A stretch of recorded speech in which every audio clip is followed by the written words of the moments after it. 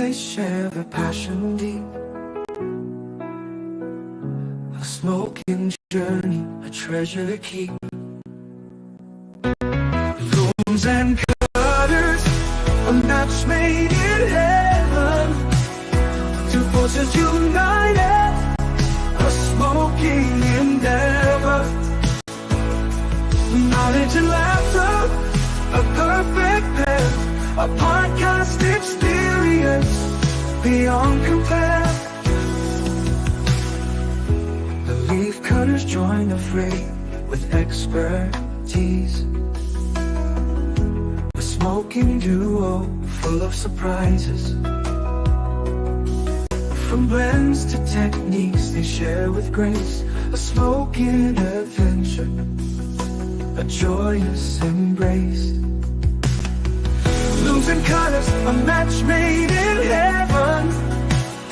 Two forces united, a smoking endeavor. A perfect pair, a podcast experience beyond compare.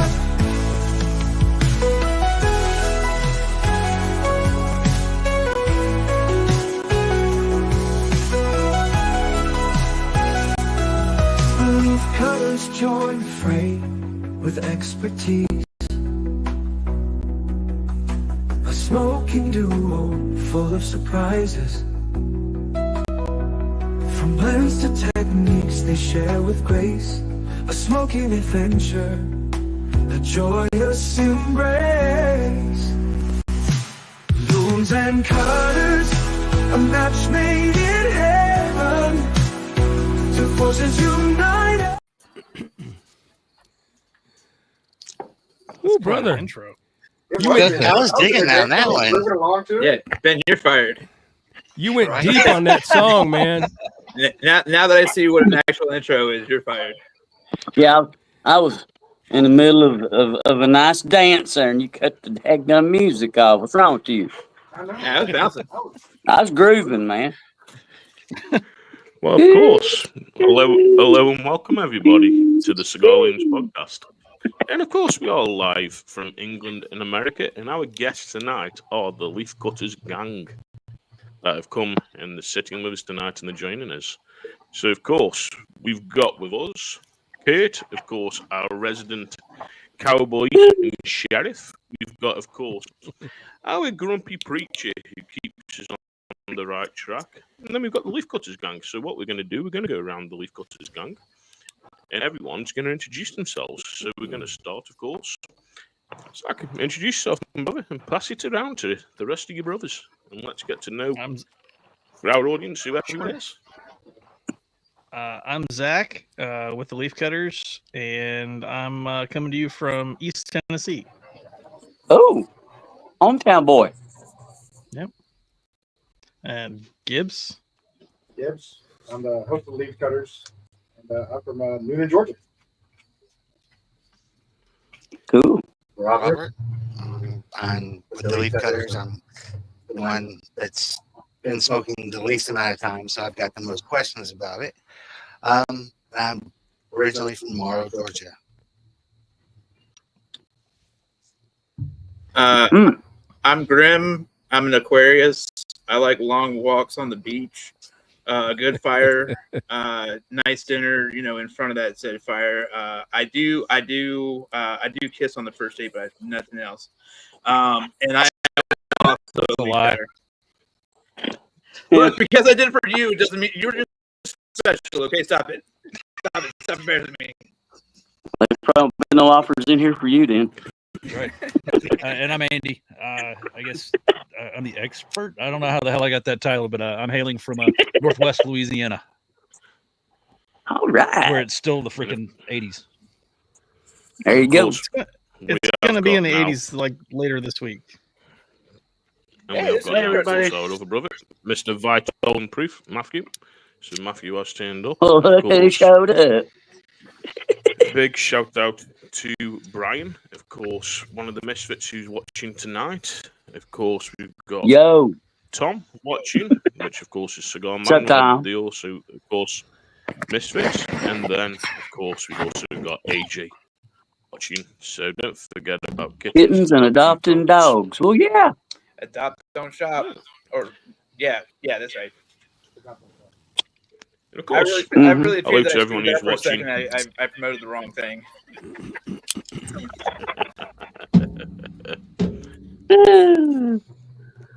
And then, of course, Yeah, boy. we've got Pat watching as well. And it says here, none of the misfits are watching. None of the misfits yeah, are whatever, watching. Pat. We all know you guys are watching. All And right, then. AJ, We won't talk about you. AJ just put you a heck of a crew you have together tonight, and that's the thing. Oh, you know, thanks. it's about, Thanks. it's We about haven't getting talked 2 together. minutes. How does he know? You know, Way to something? call him out, Andy. What the hell's wrong with you? You're a guest. Shut up. Hey, you know something? This is about what it's Make about. yourself at Something home, is man. about getting with people and talking about what we've got a passion for, and of course, for anyone who watches, they of course know about us. They've seen, of course, yourselves with your podcast that you do. Of course, Leaf Cutters Podcast, and you can find you, of course, on TikTok, your Facebook group, on Instagram, and all your social platforms. And you know something? We watch you. And some of the topics that you guys come out with about films or music or pairing, some of the guests you've had on, even just recently, of course, with Dirk from Cigars for Beginners. Great bit of podcasting that you've put together in a great show. So this is why we said about getting together and, of course, talking to yourselves, going over cigars, different things. Of course, Grumpy might take us down a couple of rabbit holes, so please be prepared, because it might go sideways. But What, me?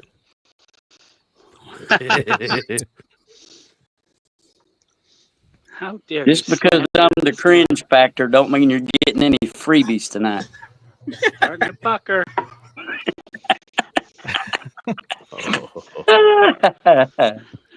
You're And stalking Tom- to see if they're Tom- as good as us, huh? No.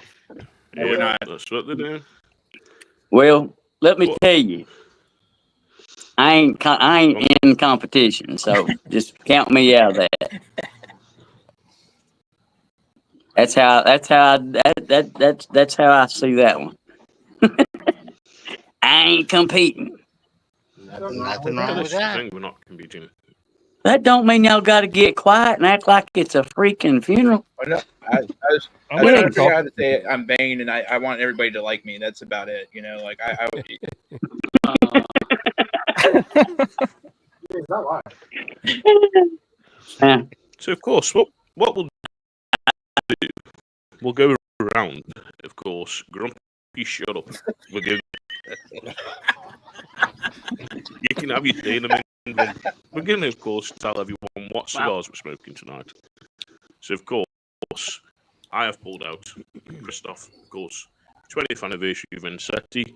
Grumpy, now you can talk, my brother, and say what you're going to say. And what cigar have you got, my brother? Permission to. Well, I'm not going to do what I thought I was going to do, but anyway, this here, it don't have a name. Pretty. It's beautiful though. I picked it up. I had to make a quick trip to Tennessee over the weekend, and I went to I hit a cigar lounge in Oak Ridge, Tennessee, there next to Knoxville. I was And, there the other day. Yeah, really? Yeah, Secret City Cigar Lounge. Yeah. I picked up that same cigar. I almost smoked it. You gotta be kidding me, man. Yeah, that's his house blend. I was talking Yeah, to him about the dude that was working that morning, it was a young guy that was working, and he told me, he said this is the owner's blend, and he said Alec Bradley rolls it for him. Now I don't know, I can't validate that because I don't have paperwork, but he said that's what he told me, it was the owner's blend, and that Alec Bradley got them rolled for him. So I don't know. Yeah, the same factory. I don't think Alec Bradley has their own Well, roller, so But Yeah, that's same probably place. They make great cigars. that's probably what he was. That's probably more what he meant. You know, come out of an Alec Bradley factory, but still, that's wild, man. You picked that same thing up. Yeah, I'm about Well- about 30 minutes from there. Yeah, I'll tell you. Well, see, I was born and raised in Knoxville, so Yeah, yeah, that was. I'm wearing my World's Fair shirt from 1982. Oh my God, he still owns stuff. Yeah, Woo. World's Fair. No doubt, man. No doubt. So, of course, we know what you pulled out, Grump. Kurt, what have you pulled out tonight, my brother? I've got Sir. a Stillwell Star from Dumbarton Tobacco. This is the aromatic number 22. I believe this was the Christmas blend that they had a few years back, and it was so popular, and they put it into regular production. So it's got pipe tobacco inside of it. It's a good cigar. It's very enjoyable. Fancy. And then, of course, Mr. Vital and Proof. Matthew, what have you pulled out for tonight, my brother? I amongst also finishing AG fun again? Maybe actually, I don't think so. It's a Partagas Cifuente Maduro. Fuente.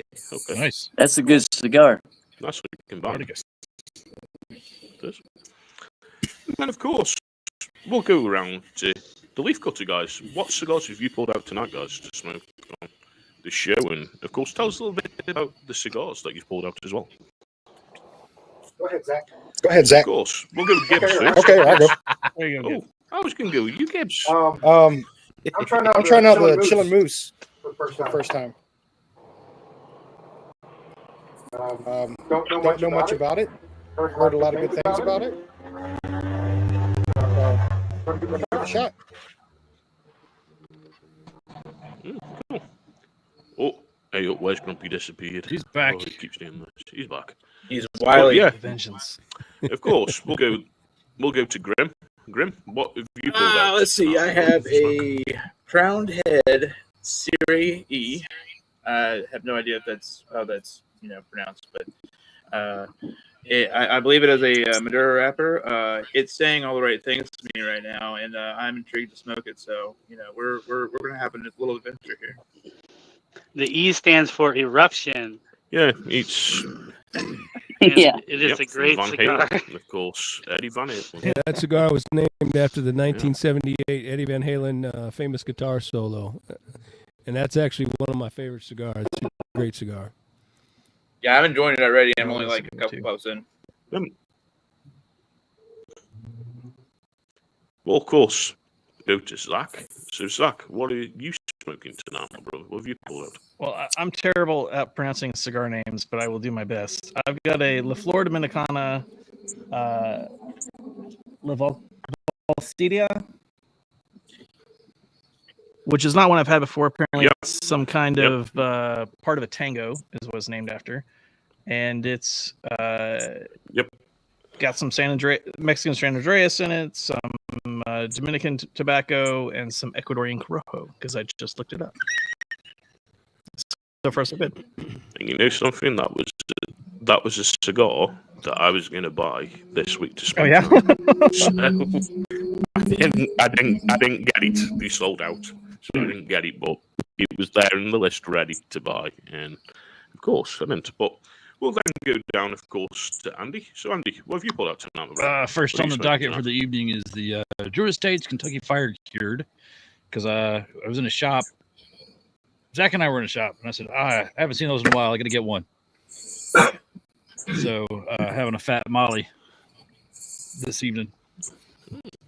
For now, I may change that later. And then, of course, we'll go over to Robert. And Robert, what have you pulled out tonight, Robert? I'm having the Maduro anniversary. Nice cigar. Nice cigar. It was a Nice cigar, man. Thanks, Yeah, fella. great cigars that everyone's pulled out, of course. So Yeah, I what we'll do didn't now- catch whose it was. Oh, But go on, Grump. Oh, I was just gonna say I didn't catch it. Don't remember whose it was, but one of these guys got a birthday today, so happy birthday. Robert. Thank you. Yeah. Was that you? Yes, Oh, sir. happy birthday, Robert. Thank you, sir. I saw it, but I didn't catch which one it was. I do that a lot. But many happy returns, of course, to Robert and everything. But what we'll do, of course, we're going to dive a little bit into the history of the leaf cutters and how you guys all met, and of course, how the idea for the podcast came about with what you put together. Because, of course, I know you deep dived a little bit on another podcast that you're on. I know, of course, you've gone into some different videos that you've spoken about the group and the dynamics of the group. But for anyone who's watching on our Instagram who doesn't, of course, know of you, just go down a bit of the brief history, of course, of how you all met and then started, of course, the leaf cutters. Sure. So it's open to any of the leaf cutters to tell us the story. You want to go with the story, Andy? Yeah. No, they didn't volunteer me. I told that story last time. It's your turn, Gibbs. You did. Well, I've known Andy and Grim and Robert for multiple years. Sorry. I mean, probably 10 plus years now. And Andy used to work with me at a previous job that we had, and we would go out in the parking lot and smoke cigars. And then Graham was coming along. He's like, "Hey, what are y'all doing?" He was like, "We're smoking cigars." And he was like, "I want to give that a shot." I'll do anything for approval, so I was immediately in, darken my lungs. Yeah, It's true. Pretty much. Yeah. So we started smoking, hanging out together. But of course, Robert is my brother-in-law, so of course I've known him forever as well. But many years go by, and we, especially during the pandemic, we started having a lot more cigars via Zoom meetings and things like that. And we were like, you know what? We enjoy smoking cigars. We like to cut up with each other. Why don't we just go ahead and do a podcast about it? And kind of introduce people the same way that we got introduced into cigars, and that's be a friend. We want to be your friend. We want you to come hang out with us in the back porch lounge. And, ask the questions that maybe you don't want to ask a tobacconist, or ask somebody who's an aficionado, and get an idea of, cigars, and say, hey, how do you cut it? How do you light it? How do you, whatever questions you have, it's more of a safe space for people to ask it. And that's why we have our Just a Tip, and that's why we have our reviews, so we can give you, ideas of how we feel about cigars. We're not as professional as you guys, where you go into the huge background of the cigar and everything that's going on and how it's manufactured and how much blood, sweat, and tears went into it.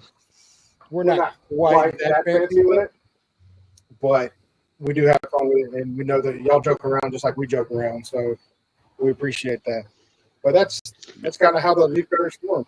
Oh wait, I'm sorry. And then, brother, we're just You forgot Zach. we're just There. You forget Zach. Oh my God! Every time we tell the story, someone lets out. I'm I said good. Andy You, do the you can story. talk about me if you want. He's more full of it than we are. Exactly. Then, of course, Zach came along. Was introduced to the group by Andy. Zach's an awesome dude. I don't want to play it down any. He's great. And we also have another leaf cutter that we just introduced to the group, and it's going to be in a couple episodes. He's going to be kind of filling in now and then, but that's Billy, who may jump on tonight. cool. And something, when we talk about cigars, sometimes we know about it, but trust me, we're full of fucking piss and vinegar. We know fuck all. Wait a minute, you make that shit up? And I'll just say it like that. Dang it! We thought you guys were the experts. I'm not supposed to say the quiet part out loud. We tried to know something. So you just come up with stories, just like, oh yeah, this was paid for by Blood Diamonds, and We're Yep. we're really good at Yep. Google. yeah, Google's the best. Google foo, baby. It's all fun, and this is the thing, and you know something. It seems to be there's the formation of what you guys have got, especially being family and friends and everything. It's a great mixture, and you can tell it's a great mixture. Of course, when you go live, you're joking around, you're having a laugh, you're enjoying it, and this is what it's about: getting together, enjoying a cigar, and of course enjoying it. Now, I've just seen here. There's basically Brian's comment: the Cigar Loons Brady Bunch edition. Which one is Marcia? That's what, of course, Brian's just put. All right, vote. That's Here's his Marsha. And Somebody get a football. we have got doing this. people, of course, watching over on Instagram. And Status Cigars have said, you need to try my cigar. It's Status Cigar. So, of course, we'll give Status Cigar a look over. And I'll smoke see. anything once. Shit. Well, Yeah, I'll try any of them once. I volunteer as tribute. yeah. Usually twice, honestly. Even if I don't Well, like it, yeah. I'll smoke it one more time. Make sure I don't. I There didn't you just go. have a bad night. You got to give it a second chance, but after two, no. If you stink twice, you don't get strike three. I think I know. there's one Two. exception to that, and that's the number 6 by Rocky Patel. I hated it so much that I will not ever try another one. You said Rocky Patel, and I was out. Yeah. I don't hate all Rocky Patel, and I'm definitely not like a Rocky Patel hater because I really like the edge ones. But that number 6, man, I couldn't get a draw on it. It tasted like shit. It was just awful, and it was like $14. It was like never again. Let me put it this way: I haven't found a Rocky Patel I liked. Well, like I said, I like the Edge Maduro, and the Edge Sumatra are both enjoyable to me. But yeah, none of their like high priced ones so far. Rocky Patel's Sun Grown was good, but again, that's an expensive stick. So if you haven't found any that you like, it's probably not worth trying. So what you're saying is you have to go above a certain price point with Rocky Patel before it gets good. Well, either below or above. So like the edges are like $6, and then like anything above 15 is usually pretty good. So Okay, like so between It's a $7 dead yeah, $15, between 6 and stay out of 14, leave it alone. Okay, gotcha. That's the key. That is Okay, my so opinion only, and for entertainment No, purposes I'm only. holding by. We're holding you to it. So we're going to go on our podcast and we're going to straight up say, you know what, Matthew said this, and he's got to be right because he put his entire reputation on the line. Oh, That's shit. it. That's it. Here we go. It's on the internet. The internet is forever. That's right. Yeah.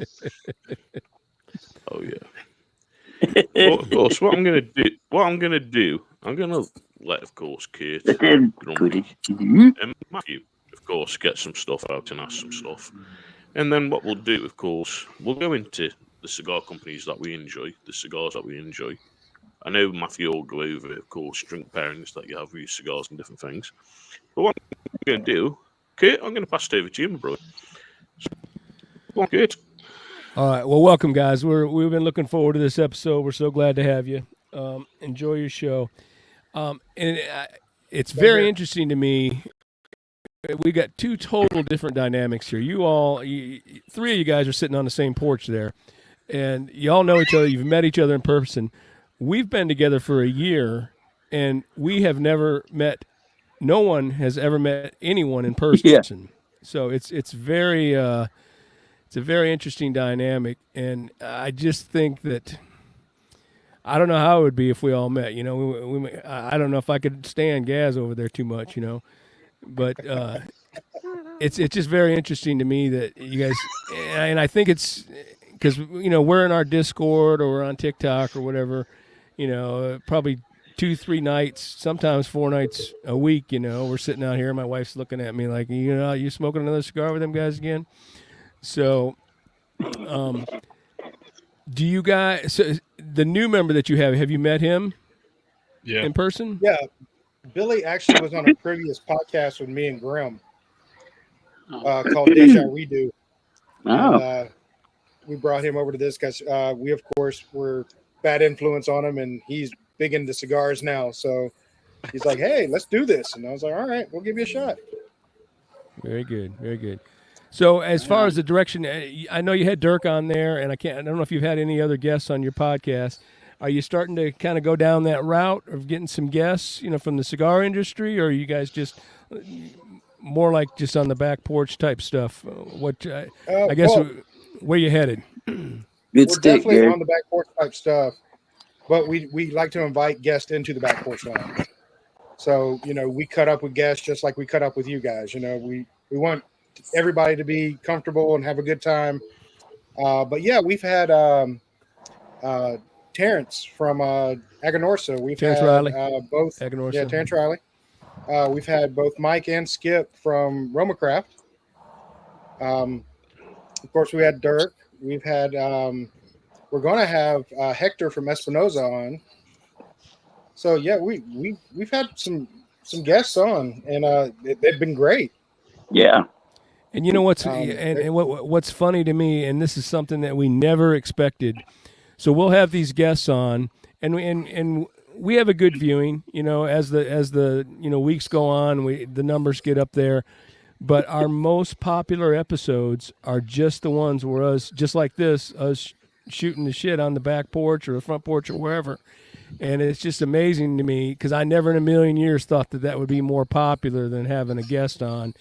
And it's just it's strange to me. And I guess from the everyday cigar smoker, a lot of times, a lot of stuff you see, there's guest after guest after guest, and I think it's the ability to relate to just a group of guys sitting around talking about cigars or whatever, talking about aliens or the Earth is flat or whatever, So it's very Birds aren't interesting real. to me. Oh boy! Oh boy! The Earth is definitely flat. I'm going to Nick pass hit it. that.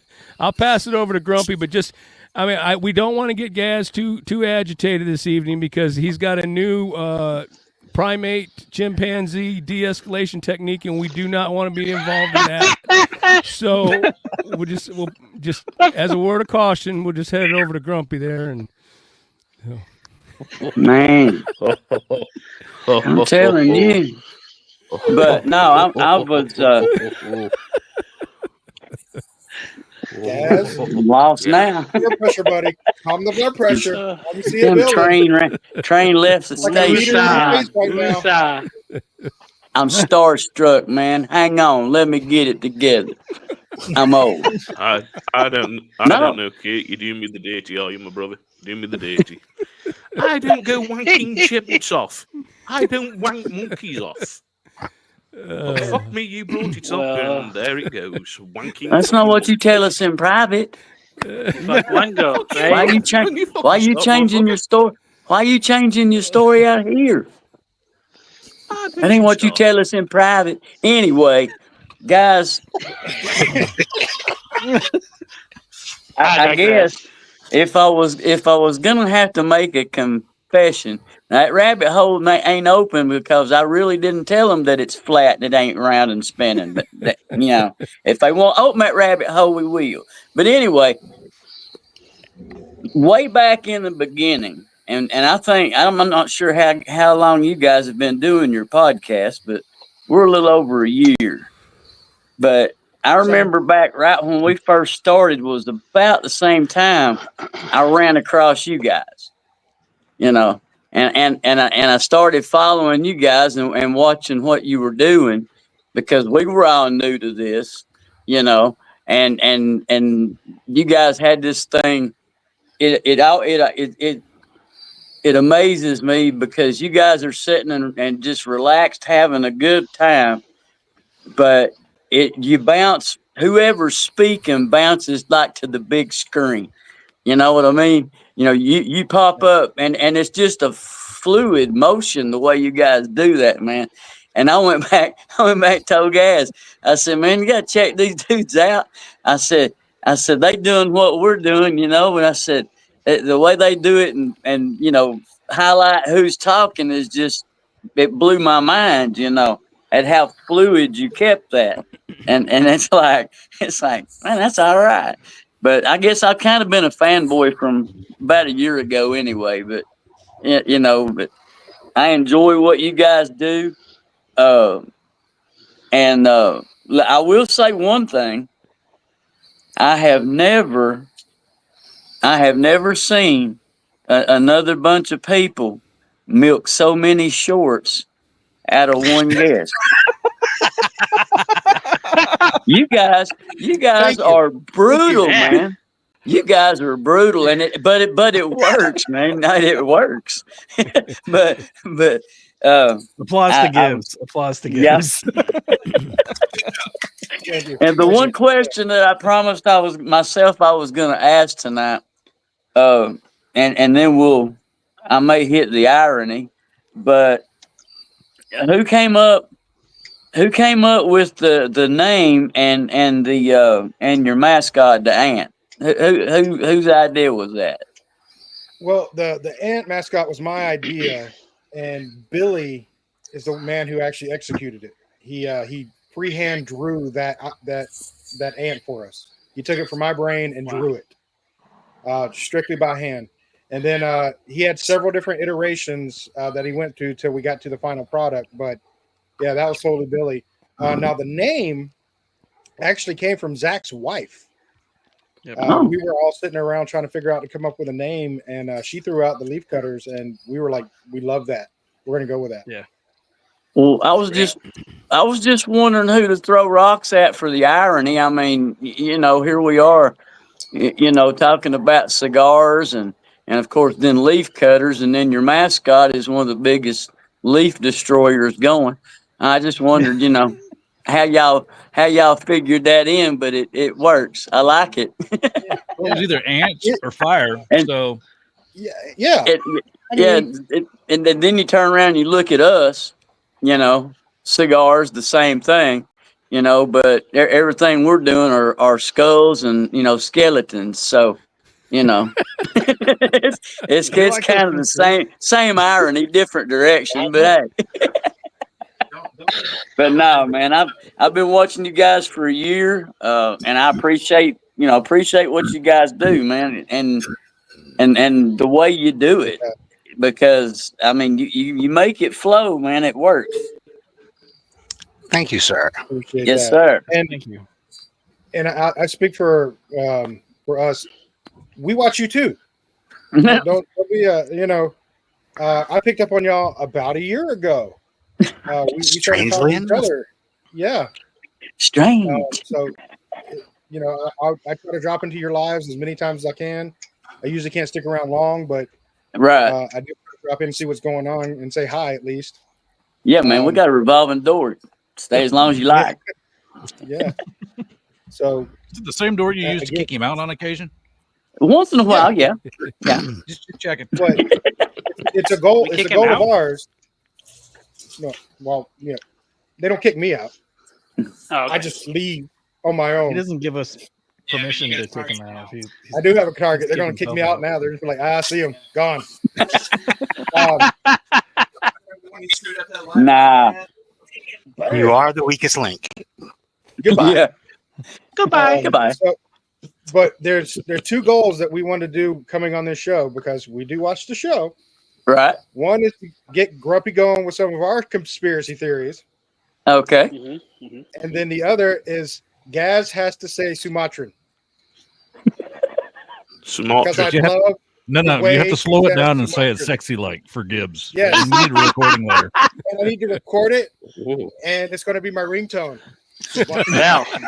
That's all I've heard about for a week, man. It has. No joke. Things are getting weird. Yeah. Oh, well, you know, once in a while, guys can, you know, once in a while he can draw a word out, you know, here and there, you know, get that real professional sound. Well, he was. Sometimes we even understand what he says. That's Gaz, that song that you made, man. You went really deep with that. I mean, you're talking about embracing and match made in heaven. I mean, I'm not gonna lie, I was getting a little uncomfortable there. I didn't know where it was gonna go. It sounded like it was headed for bromance heaven or something. I don't know. No. See, it's like Getting Brady deep. Bunch here. He was going for the '80s theme. You know, it sounded like the '80s theme. It was a sitcom going on. It was great. Yeah. Kate, we know there's only one man for me, my brother, and I turn you on all the time with different cigars, so we always know, my brother.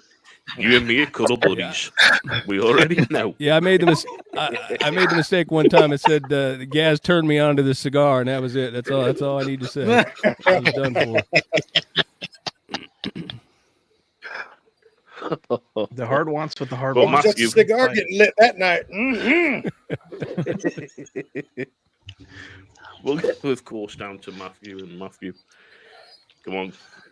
Let's see what you've got in the brain tank. What you want to ask the guys. God. I don't have a lot in the brain tank. I've had it's been like the longest week I've ever had.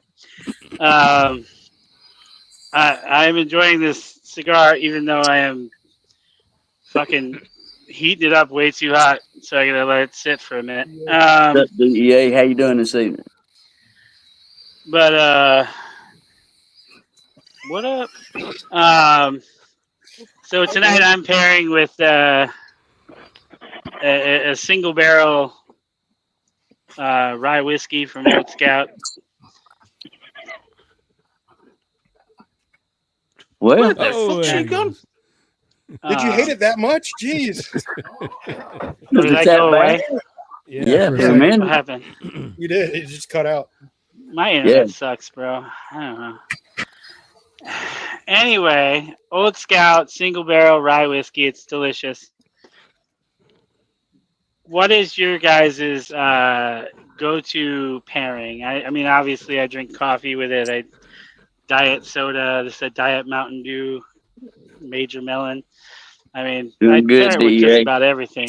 But what's your guys' go-to pairings?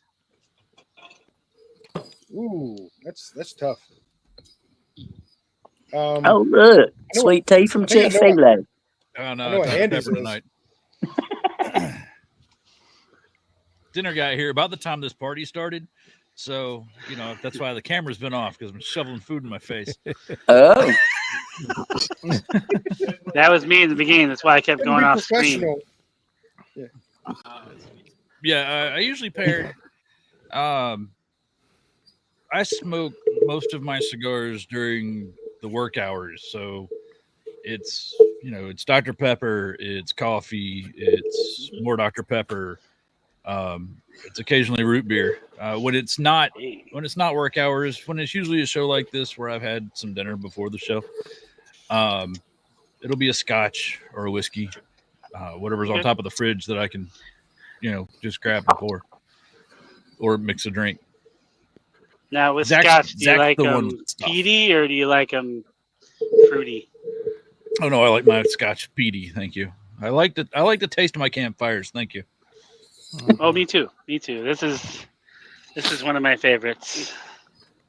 Oh, I've got that same bottle. It's on top of my fridge. I'm sure you do. It's half gone.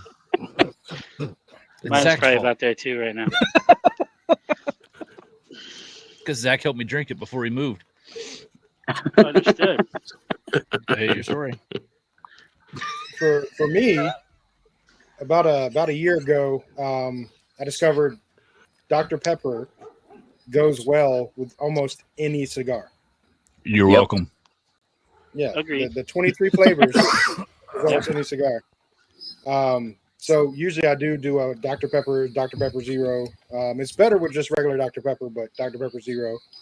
And any cigar usually goes really well.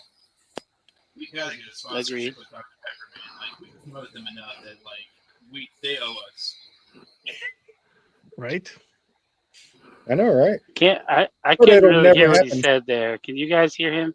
No. Okay, good. Sound like I was in 3 rooms away. not on mute. Yeah, Grim, we're you're on hearing mute. it from You're on somebody mute. else's mic. That's why.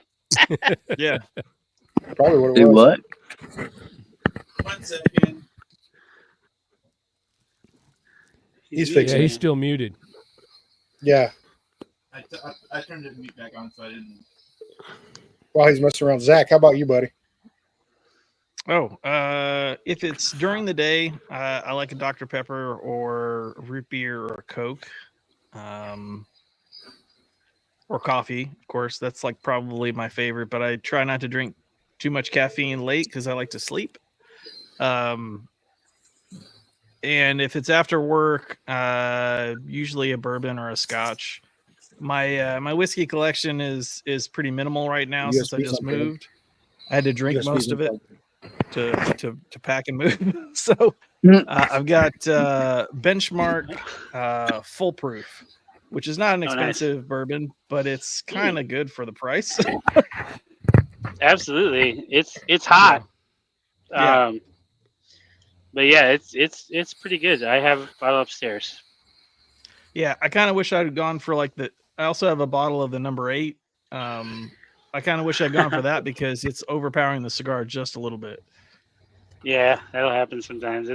This is a real spicy cigar. That's why I went with a rye whiskey at like barrel strength. So I figured it could handle it. But yeah, I know what you're talking about.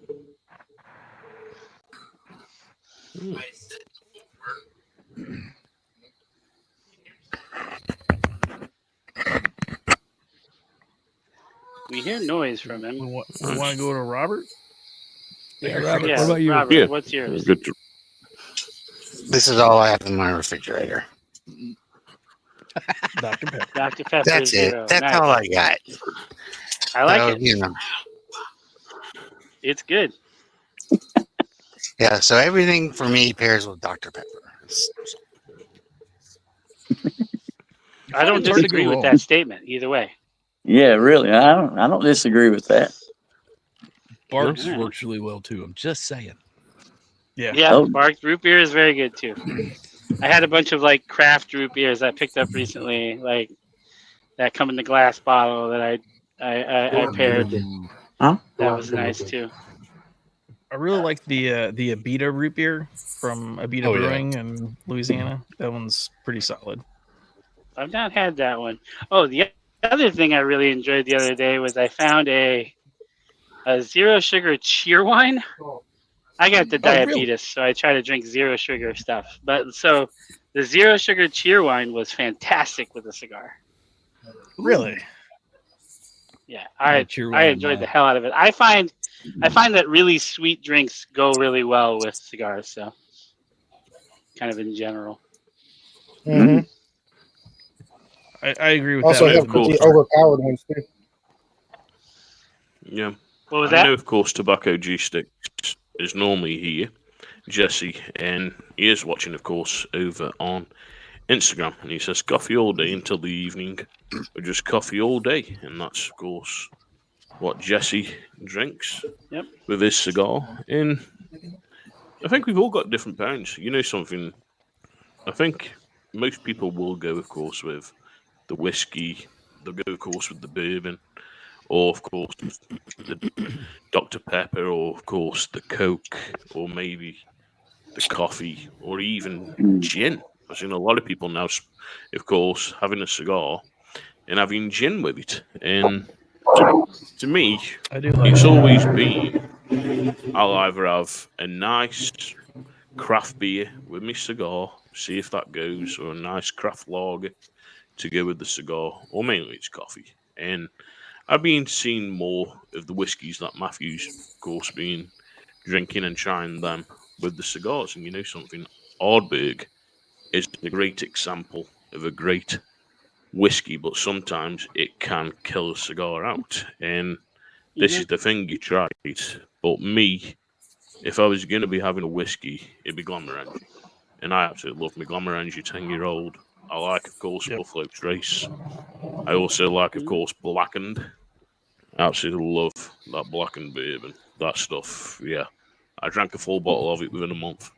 So that just tells you how much I absolutely love that stuff. Tasty. Yeah. Oh, It's yeah, very good. it was. But yeah.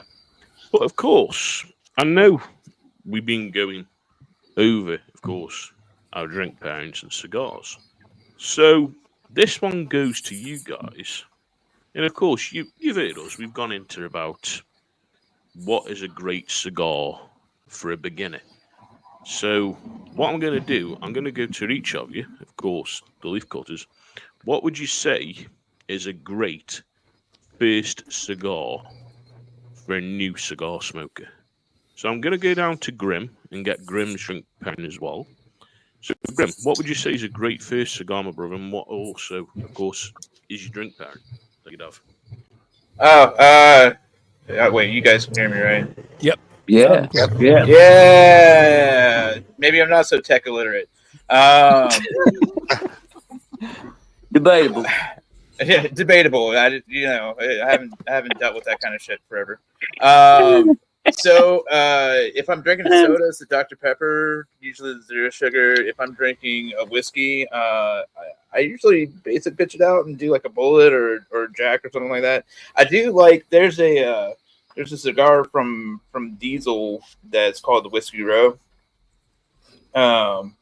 They have a pairing whiskey with that from Rabbit Hole, because both the cigar and the whiskey are from Rabbit Hole. That are just delectable together. So if I get a chance to do that, I go that route. As far as it goes for a starter cigar, Perdomo Champagne.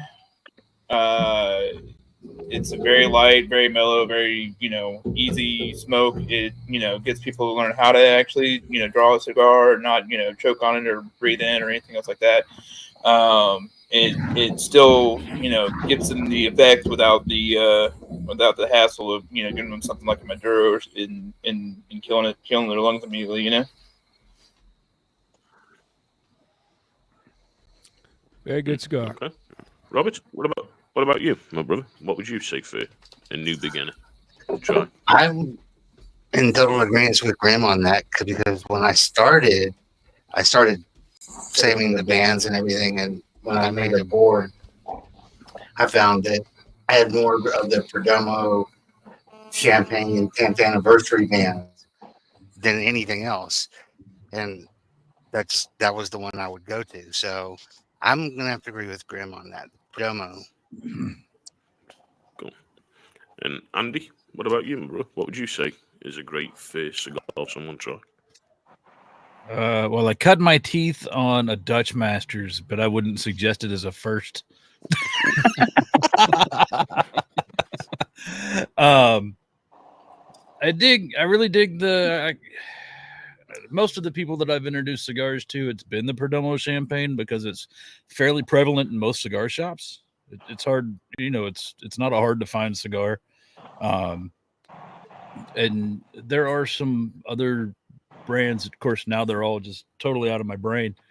But there's like the Punch Bully is a decent starter, because it's short and it's not a heavy hitting cigar.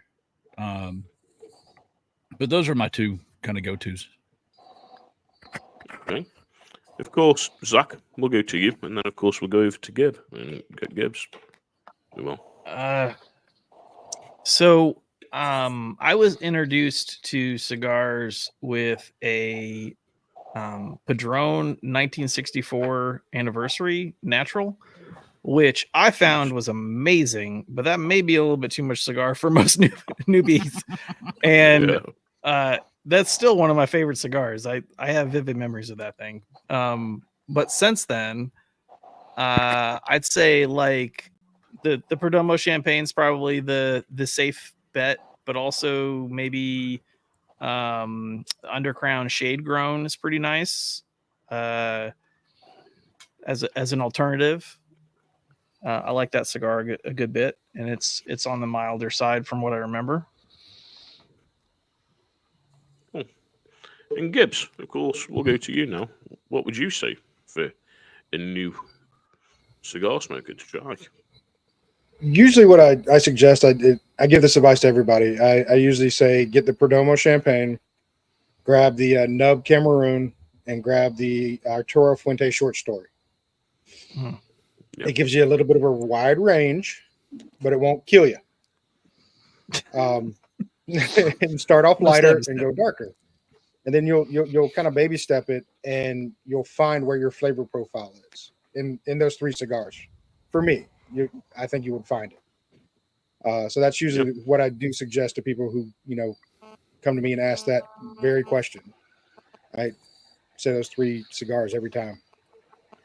Yeah, it's a great mix with what you've all said, of course, with the Perdomo champagne. And I remember going to an event and some of the guys were new cigar smokers, and they were like, "What was you suggesting?" That was one of them. Then, of course, the Caldwell Eastern Standard I suggested, and a couple of others. And you know something? The guys have smoked them and got back to me and said, "You know something? We see why you've picked that." And it's like with Kurt, when me and Kurt were talking about Caldwell, when I was originally talking to him about it, I said, "Go and try the Eastern Standard. Let me know what you think." And Kurt loved it, and he's like, "Guys, you picked a good one there." And I'm like, "Cool, I'm glad." But sometimes it's hard to give them kind of recommendations to people and say about it. And it's like, of course, DEA, which of course is Whiskey Tube, he's just put his comment and he says, "The CAO Flathead or the Nub Double Maduro, those are good firsts." Yeah. Which they are great for purging. Great for purging. Get your palate completely cleansed because you've thrown everything up. It's great. I was going to add to that. In that same line, you do the LFD double Ligero for the double Ligero. Yes, go there. Yeah. Tomato triple black. The pissed off Christoph. The Rocky Patel, B52. Go for that too. Why not? Oh, sorry. Yeah. So of course, we had a guy. Go on, Kurt. I said we had a guy that's new in our Discord, and he was going to a Metallica concert, and he was wanting to know if he was brand new to cigars, and he was wanting some suggestions, and he was talking about, should I get the M81? That was like, it was going to be one of his first cigars, and we're like, no. No. No. Maybe don't start with that one. Yeah, maybe not now. No. Well, I don't know. If he started with the whiskey first, after enough of that, he could probably take the cigar. We could always jump on that. We don't know if he's blowing chunks because he's drunk or if it's a cigar. Exactly. Whichever. It's a cover. Yeah.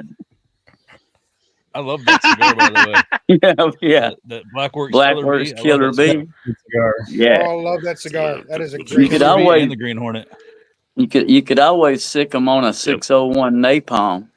That one gave you the hiccups, if I remember correctly.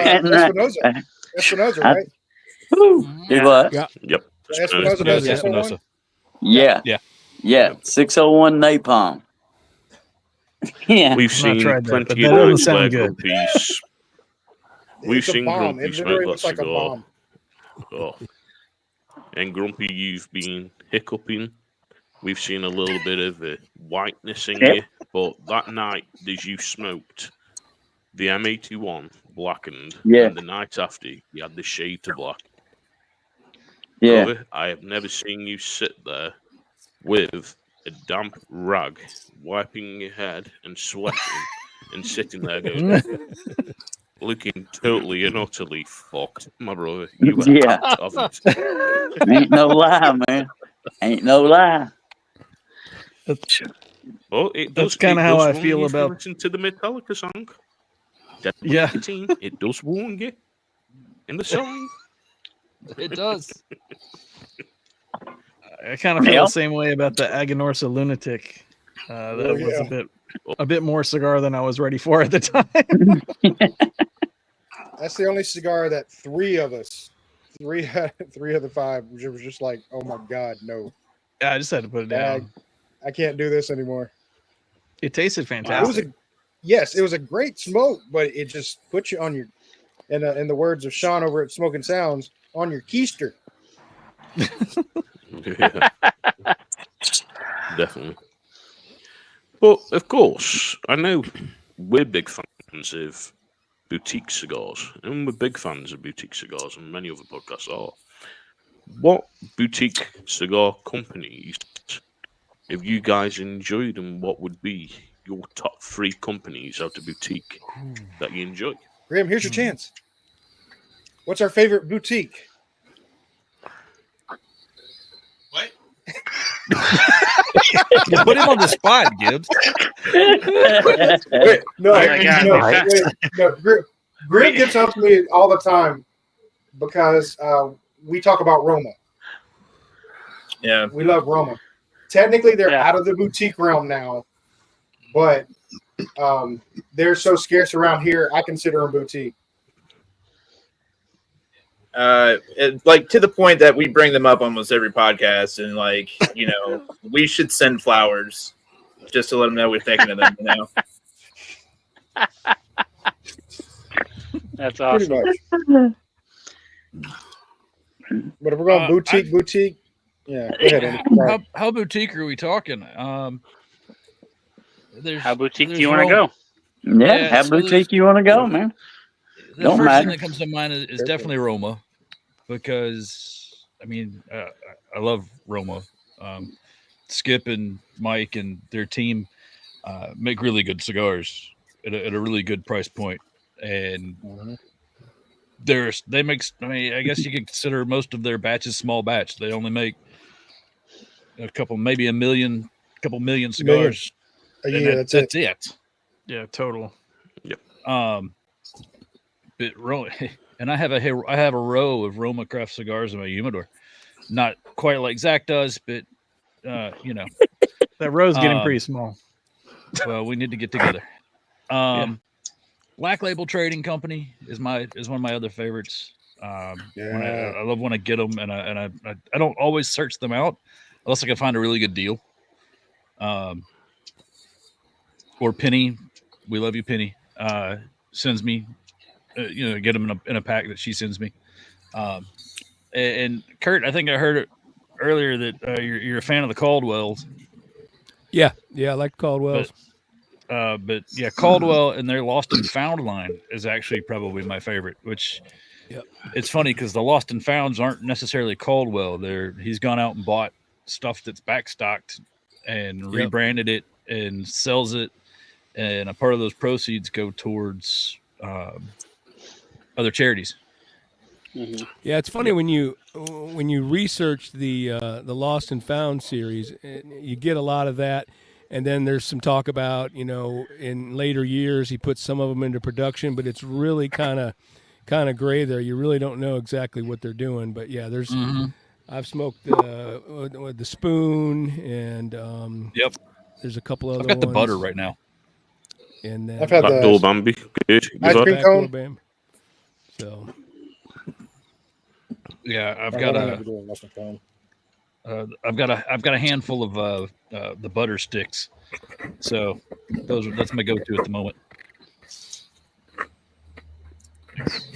So I'll kick it to Zach.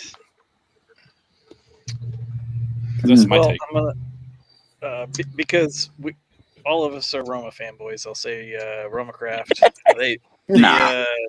The Intemperance line. So I love everything I've had from them, but the Intemperance line is just so good. So it's such a great value for money, and is one of my go-to cigars is that Intemperance EC, and now the Volstead and Whiskey Rebellion are close on there. But I'd also say Black Label Trading Company and maybe Crowned Heads if we're doing top 3. But Caldwell would be easily substituted in any of that list, and maybe Illusion also. Yeah, great ones. Great ones. What about you, Robert? What would you say? I only know the Roma. Boutique? I only know about the Roma. I haven't had the opportunity to have the other ones yet. You know something? I've got to say, with Roman Craft, I didn't know they were on the market here in England, and then I managed to find them. And I've had the Intemperance. I had the Neanderthal after watching you guys. And, geez, that was a different kind of cigar. And I enjoyed it. Don't get me wrong. The back end and that back fade give me a little punch. Ooh. And I was like, Yeah. Geez, this one's here to stay. I was like, oh, shit, okay.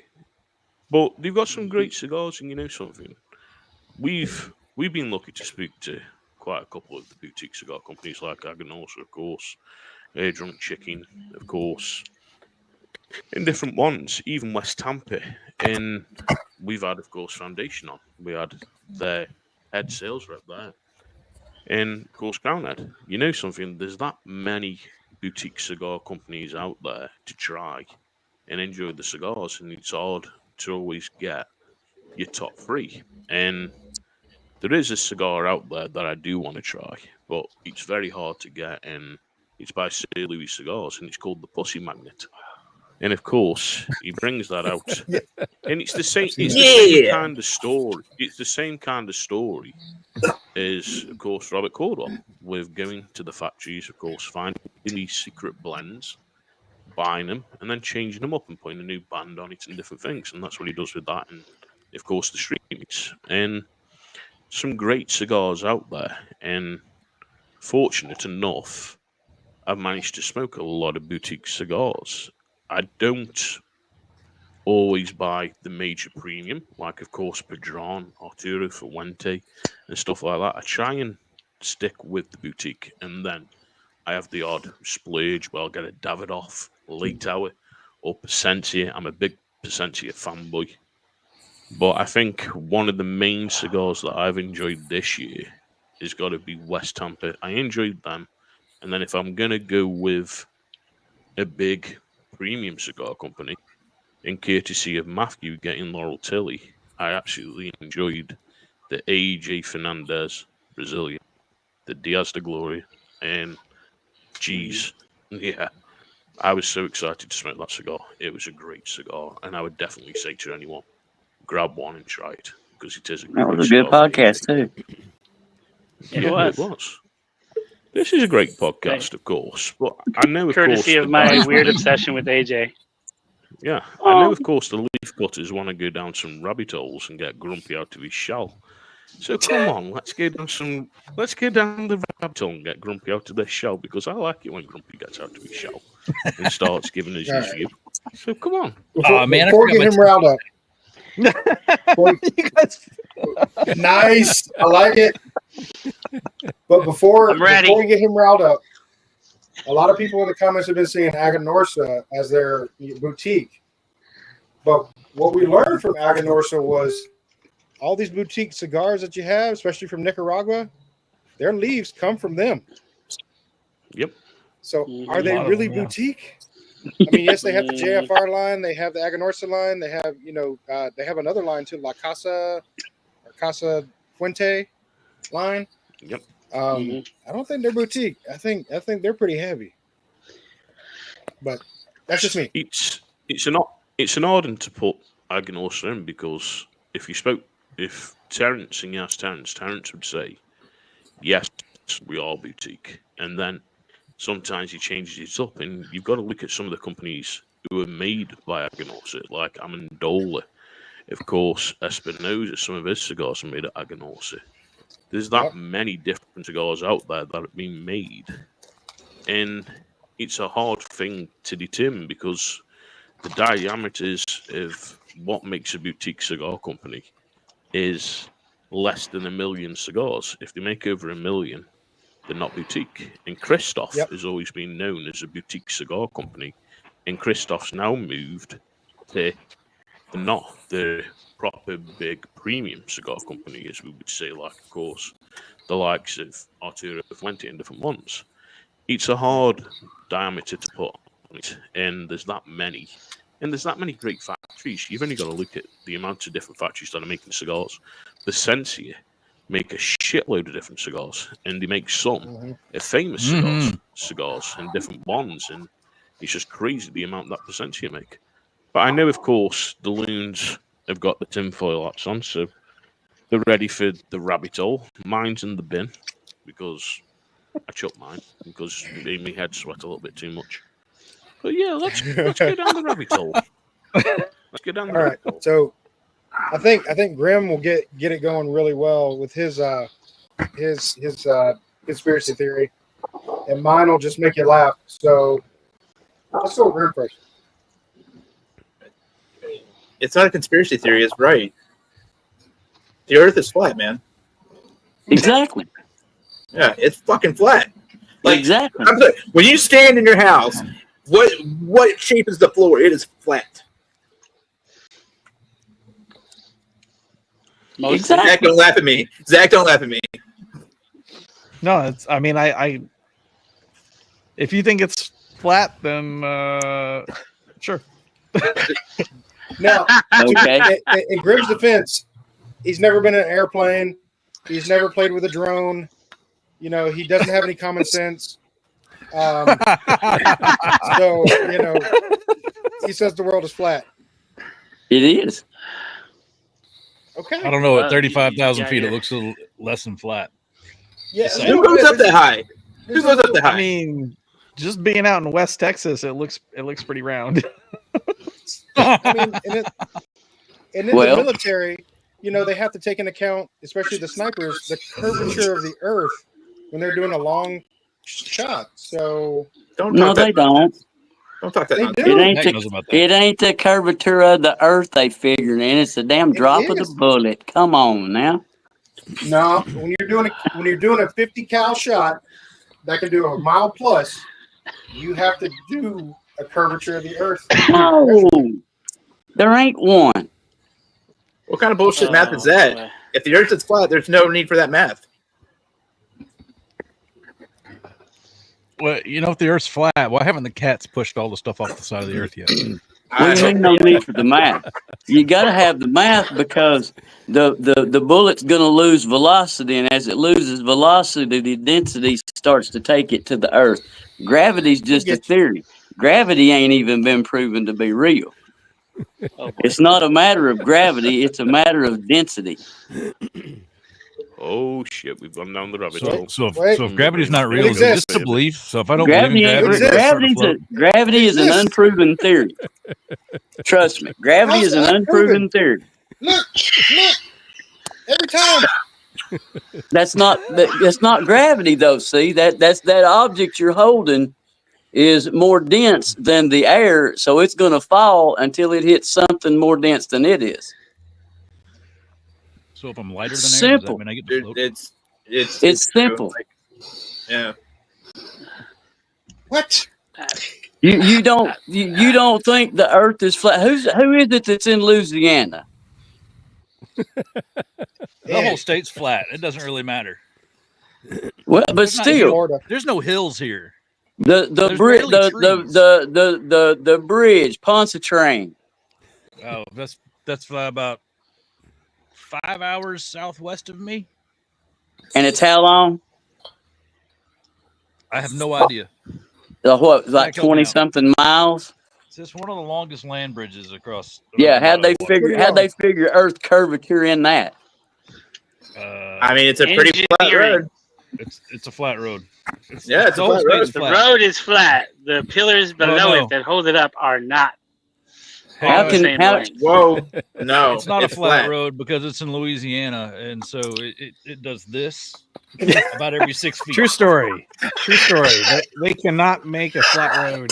There's no Now- such thing as a flat, smooth road in this state. Okay.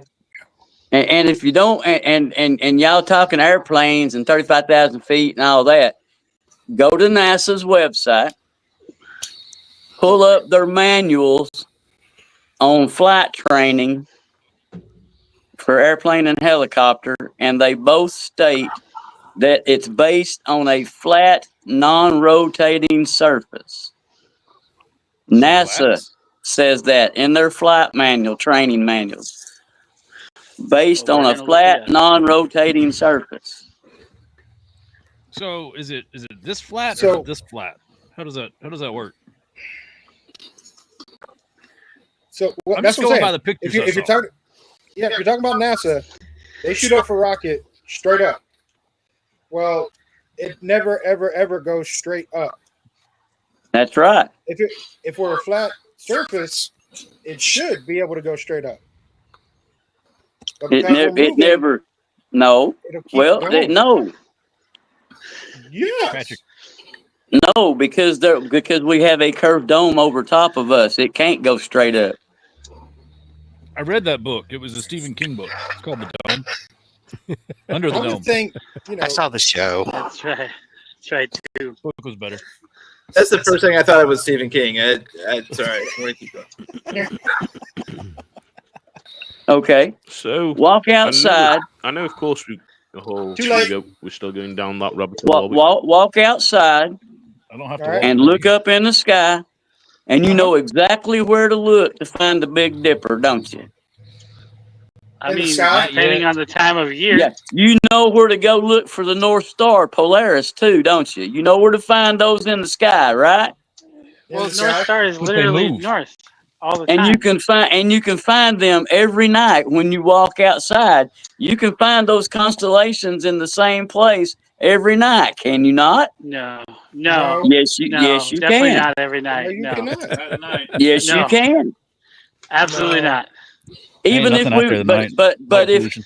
but if we were a spinning ball that's hurling through the universe, that's hurling through the galaxy, in infinity or whatever, the stars couldn't be the same every night. Because according to that science, we're never in the same place. We're continually moving. They're not the same every night, though, Grump. They are. They are. They not. are. You Yes, find the sir. constellations in the same place every night. But you don't. Every They night. change seasonally. You know, No, definitely not. Grumpy, I want you to set up a camera at the sky at the Big Dipper and put it on time lapse. Have it in the same place. Have it take it every night, and I guarantee you that sucker will move. It does. won't move much. It'll be right there in that same vicinity you're looking. No, because eventually you'll see the Big Dipper go out of screen. The Big Dipper is not visible 365 days a year here. I don't know about. Well, there's a your lot of neighborhood. things that's not visible 365 a year, but you Well, yeah, can't because deny. it moves, Grump. But you can't deny though, man. I mean, come on. If we were spinning and scooting through the universe, it would never come back around. Well, we're not spinning. Like, we're not really scooting through the universe. We're rotating around a bigger ball. Yeah. We're spinning, and then we're rotating around a big-ass ball called the sun. Yep. Yep. No, we're not. It always goes back, Yes, That's how we we are. see it always goes back to balls. It always goes We're back to sitting balls, doesn't it? still. The I sun know. and the You love moon. your balls. The sun and the Yes. moon go over us. Hey, if it's not gay if your balls don't touch. Don't make Yeah, me my balls pull don't make me pull Bible on you. I'm trying to do this without going there.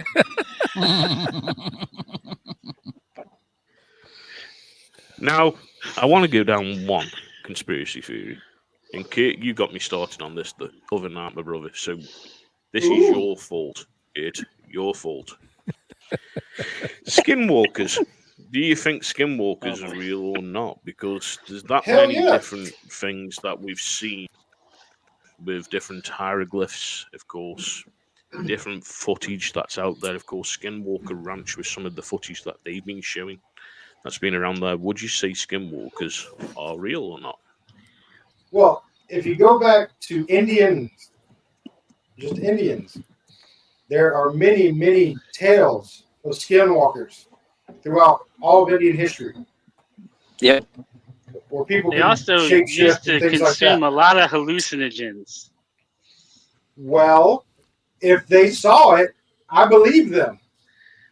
I mean, I've been on some pretty interesting trips. I don't believe everything I saw those nights. Trust me. Well,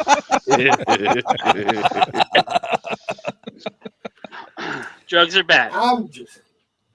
But you know, Are they? I came to. I kick ass mean, and that's chew just bubble my gum. official stance. Yeah, official. Unofficial. No, I don't do unofficial.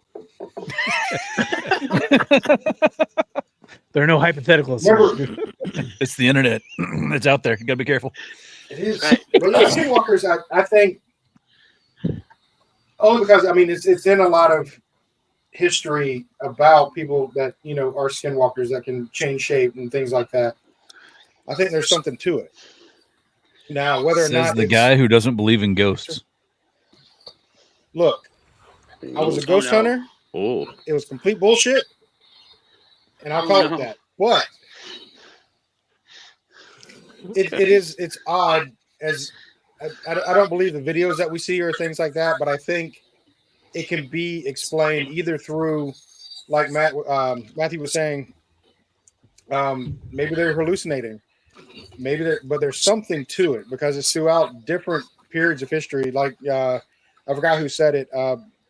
Egyptians, same thing. Mm-hmm. The American Indians, same thing. I mean, several different cultures have had stories of this. So there's something to it. Something happened that they saw in all of these cultures to be able to say, yeah, they exist. Have I seen one? That's the thing. No, I haven't had the good hallucinogens that Matthew had. But maybe we need to talk. But this is the thing, though. You've only got to look at hieroglyphs from the Egyptians, hieroglyphs from, of course, well, not hieroglyphs from the Indians, of course, the Indian paintings, of course, cave drawings, the caveman paintings. There's always them kind of drawings with either small men that they would say would be aliens, of course, with skinwalkers. And I always remember there was a video about skinwalkers, and they got a Native American guy. They went to this cave, and they're like, "Look, can you tell us the story of the picture?" And he's like, "No, I don't want to talk about it." Well, why? He goes, "Because if I speak about skinwalkers," he says, "something will turn up." And that night he went home, and supposedly a skinwalker was outside of his house, and he saw it change from a man to a dog. And this dog was there with red eyes, ravenous, and all the rest. But going down the ghost route, I'm a fellow ghost hunter. I've been a fellow ghost hunter for years. There's evidence that I've got on infrared where there was no one in the building. We've got pictures of different shapes there. I've got pictures on an old camera, basically one of the old floppy pictures that you used to get, and you'd have to shake it to get, of course, the picture. We found stuff on that. Evidence through white noise that we've had, and we found a lot of stuff. I've seen ghosts, and from what I believe, from what I've been told, I've got a sixth sense, and basically I do see stuff. I'm tuned in with it, where I do see it, and I've seen a little boy that was in a beer cellar, and clear as day. I've never done drugs. I've never done them. And this little lad was there in the cellar, as plain as day. And it was crazy. And the stuff that I've seen, it's like my wife. My wife, of course, she's seen my best friend standing over the bed, looking at me. He passed away on the phone talking to him. He's seen my nan in the bedroom, looking at me. I've seen her grandfather on my old rocking chair, sitting there. It's just crazy the amount of stuff that we see, and there's that many rabbit holes to go down. It's just crazy when you think, because it's like the Earth, that's one of the biggest ones. Then aliens, then of course, birds. What has Area 51 got? Look at the different things. Even the Simpsons.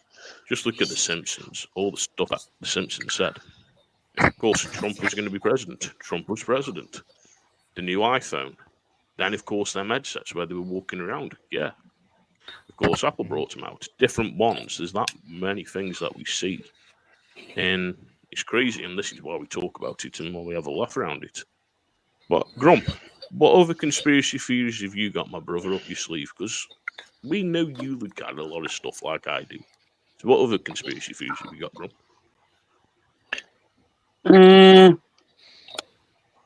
Well, another one that is like people, you see them as somebody in up to a certain period of point in time, and that person either dies or something happens, and then somebody else comes on the scene, and it's actually the person that was. For example, Morgan Freeman. Well, yeah, that's one. Morgan Freeman. That was Jimi Hendrix. Jim Morrison. Katy Perry. Yeah, Katy Perry was JonBenet Ramsey. Jim Morrison, Rush Limbaugh. Hell, laugh. I mean, he died twice. I'm glad y'all Elvis. laughed because I'm Elvis. glad you laughed because when you go look at it, you can't deny it. That's the whole thing. When you go Bob when you Jones go and look Elvis. into it, don't go look into it. Don't go look into that rabbit hole if you know, because that one's Yeah, but you look at the Elvis one, Grom. We've all gone down the Elvis. yeah, that was another one. Bob Joyce. Yeah, and just look at the evidence that they found on Bob Joyce. Exactly. It's the same kind of instep in the shoe as Elvis. Basically, Elvis's hands to his hands are the same. His teeth when he smiles, the sound and pitch in his voice when he sings. There's that much, and there was an old story. Basically, there's someone went visiting Gracelands, and there used to be an old gardener that was living on the land. It was Elvis. Elvis was living on the land doing the gardening. Yeah. It got too much. There's people were finding him, and then all of a sudden he disappeared. And then out comes Bob Joyce. Well, Bob Joyce and Elvis are the same age. You look at the woman that Bob Joyce is married to. It used to be Elvis's ex-girlfriend. There's too many consistencies there. I'm Even if telling look you. at Michael Jackson. We've gone down the Michael Jackson thing. Okay, so are you The saying? biggest. Yep. Are you saying they're reincarnated, or you're saying that they No. are those people? It's the same They person. didn't die. Okay, They ain't now dead. I'm on the same way. That's Yeah, plausible. they ain't dead. Or I That's mean, plausible. well, now you know. And Bob Joyce is now too. It was Rush Limbaugh.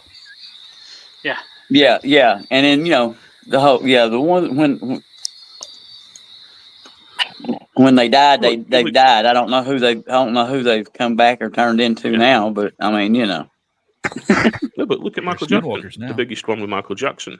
Michael Jackson died, but then they showed the ambulance where the ambulance went to the hospital, and Michael Jackson got up. Yeah, that was interesting. Michael That was And he very walked Michael out. Jackson. Yeah, Michael Jackson was at his own funeral because why didn't they have an open casket to show him, like, of course, he did with James Brown and different people? Because he was there in the audience. There's been pictures of his son on a boat trip with this weird guy in makeup with all prosthetics on, with an umbrella over him, just like Michael Jackson. And I think a lot of the time when we look at this kind of stuff is the Illuminati party, which is a big one that we've gone down. These different ones, of course, with these secret societies, different superstars out there. It Look gets out. down to that point of sometimes the celebrity has to get out the limelight because they're saying something in a song or they've said something in a movie. And you've only got to look at Hollywood. Hollywood's the biggest hypocrite going. Mel Gibson wanted to talk. What did they do? They got rid of Mel Gibson, so he started filming his own films. Look at the amount of superstars that are out there that have now passed away. And the reason they've passed away is because they were going to come out with stuff that was going on in Hollywood. And this is the biggest thing. It's like, of course, One Direction singer. Yeah, he's just died, killed himself. He was going to come out and supposedly speak about P. Diddy and something that went on at a party that he was at. And there's loads when you look at it. No party like a different Diddy party. And well, I've got my baby lube, so you can rub me up if you want, Matthew. You can oil me up, my brother. Come on, bring it on. I got some singles. Gotta go. Yes. So what you're saying is now we got to have a watch on Jim Carrey and Keanu Reeves now, because Keanu Reeves is defending Jim Carrey for all the stuff that he's saying about Hollywood. Yeah. So, I'm afraid for Keanu Reeves. He's probably like the only decent guy. There's rumor that Jim Carrey is playing a part of Joe Biden on occasion. Just saying. I mean, he When can you work match- his face into it. That's for sure. When you match the clumsies up to one of the Carrey movies, Jim Carrey movies, where he trips up the steps and stuff. Play those When he two turns clips into a side by. Roomba? Yeah, play those two clips side by side. They're almost identical. That's just life about imitating you? art. Well, but see, the thing about it, but the thing about it though, see, when these people change from like one to another, from playing one part to another part, they always have mannerisms, the body motions, body movements, the way they motion or do whatever. They always have little tails like that they can't. They can't. They just can't break that from one character to another, and that's how you catch them. That's how you spot who they are. But if you look at, of course, the big, horrible COVID episode, Arnold Schwarzenegger was given. You said it. We're getting canceled. Yeah. Arnold Schwarzenegger was given information to basically stock up on face masks, also to get breathing apparatus, machines, and different things because something was going to go on. They've always said Bill Gates had something to do with, of course, the microchip, wanting to put microchips in different things. And that was going to be put, of course, in the COVID jabs. There's loads out there. And, of course, they've always said, they already knew there's this horrible thing was being made in China. And it was a case of China were going to release it to get rid of the weak and infirm, to basically the world to survive because of too many people being on it. And there's loads of bullshit when you look into it. And I know, of course, I mentioned some of the secret societies, and I've got to be careful because, yeah, I've got to be careful. Get your vest. What? Because we are friends with one of them, Grump. So I need to be careful. I know. But the Illuminati party is one of the biggest ones. You've only got to look at the American dollar, the all-seeing eye. It's there in public. People do it when, of course, they get the hand. And they're doing that, or they've got an all-seeing eye tattooed on the hand. It's there. We know it's there. How much are these secret societies now running the country? Because our king here in England doesn't run the country. Basically, he thinks he does. There's too many secret things in there to why the country's the way it is. Look at the states and what's being said about the states. Trump isn't in power. None of the presidents are in power. It's the military. It's the different things that are out there that are controlling the country. And he goes, okay, we'll do it this way. There's that much. And I don't think we've even scratched the surface of what's going on out there to what we see, because there's that many, and we go down this rabbit hole quite a lot. And of course, we don't just sit smoking cigars. We also talk about these different things. And Kurt's always sending me different videos. Grumpy's always sending me different videos. And Kurt's story over, of course, the monkeys wanking one another off. I'll never get over that story. Yeah. That was. You got to give it more context than that. No, leave it there. I don't know, man. You can tell the story, Kurt. That sounds like a good time. I'm just saying. Oh, God. So in a lot of primates, chimpanzees, not all primates do it, but like when they fight to the death. You know, it's not like us having a fight, you know, and you beat somebody up and, you know, you stop. But they'll fight to the death. So when two male chimpanzees are escalating, and like the other chimpanzees are like, whoa, Bob's getting ready to go over the edge here. So they'll run over and they'll jack them off to de-escalate them. And that's what Gaz is implementing in his de-escalation techniques there. That's a really good friend.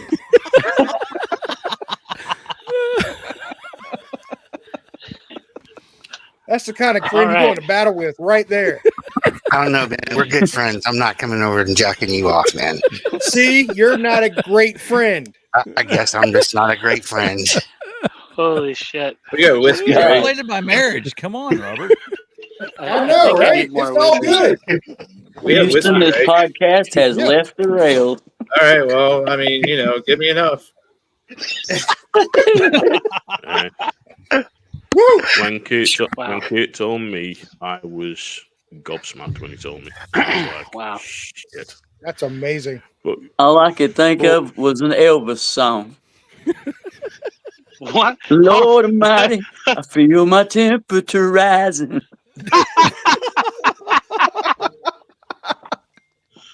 Oh God. I mean, I want to look for that video right now. Kurt will send it to you. Gaz, Jesus. Gaz ran away. He's like, no, Where'd he go? not anymore. No, he gets He's- shut he's- That's down. what he's It- doing. Gaz is You mentioned the de-escalating. Illuminati. They Yeah, escalating. he's going to de-escalate. Oh boy. He said the C word. He's automatically gone. What happens when you mention Oh, the God. Illuminati? I'm just saying. I know, right? Oh, they got that quick. Talking about the Illuminati. Now he's gone. Mm. Yep. Oh, man. Poor Gaz. Well, that. Hopefully he comes back. We'll see. Oh, he's getting ready to come back. I see him. There he is. There he goes. Did you He's de-escalate, back, he's brother? back. That was a quick De-escalated now? de-escalation, brother. Now, didn't take long, did what it? we're actually looking at now is an actual skinwalker. It looks like Gaz. He's been Yeah. replaced because He's he been mentioned replaced. Illuminati too many times. Yep. He's been replaced. It's not him. I've had that many messages off the Illuminati party. Do you want to join? Give one money Yeah. and all the rest. Yeah. I get those I get those 2-3 times a week, man. I file those in the same folder with that that prince over there in Middle East there that's trying to give me money. Yeah. Oh, yeah. Yeah. Oh, you get Middle East? Mine are all still Nigerian. Oh, okay. I had one from Aruba about a month ago. I ain't had one lately though. Man. Geez, he could have paid for you to go out the TTA. You could have gone. Could have, yeah. Oh, you Could have. You could have had a $750 cigar. You could have had the Davidoff. Mhm. Could have had the David. Thank you. There you go. Like I said, Opportunity, he's got the man. money. He's just stingy. You would pay. I don't really give a shit how much money I ever have. I'm never buying a cigar that expensive. Never say never. No. Never say No, never. the answer is never. See, you're so I've confident. been offered. I know that Rocky Patel is right. Between $6 and $12, stay away from him. That's right. I know it. That's right. All right. So, since we're already gone off the rails, do you know Yeah. about the conspiracy theory about birds? Who doesn't? Yes. Birds are not real. not real. Birds aren't real, man. Birds are all spies for other countries. But Oh, that does including our own. exclude poultry, though, right? Because we eat a shit ton of poultry. No, they're included. Then what the Good. fuck are we Now, eating? I wouldn't. Kate, are them Did you chickens? see the Are them Matrix? chickens that you look after robots? Because That's you right. look after chickens, my brother. Are they robots? Yeah. Yeah, You the chicken counter. I hatch about we ship out about 70,000 chicks a week, baby chicks. We hatch them, and so but all ours are pedigree. So that I don't know where they fall in that chain, but I'm telling you, but Now, I you get a wouldn't. certain look whenever the chicken's about to die. Their eyes get really bright, and they're literally taking pictures of you before they die. I'm just saying. All right. Glad I buy all my chicken from the grocery store. Now I do know they're using these little like fly looking type drones. I do know there's some of those buzzing around.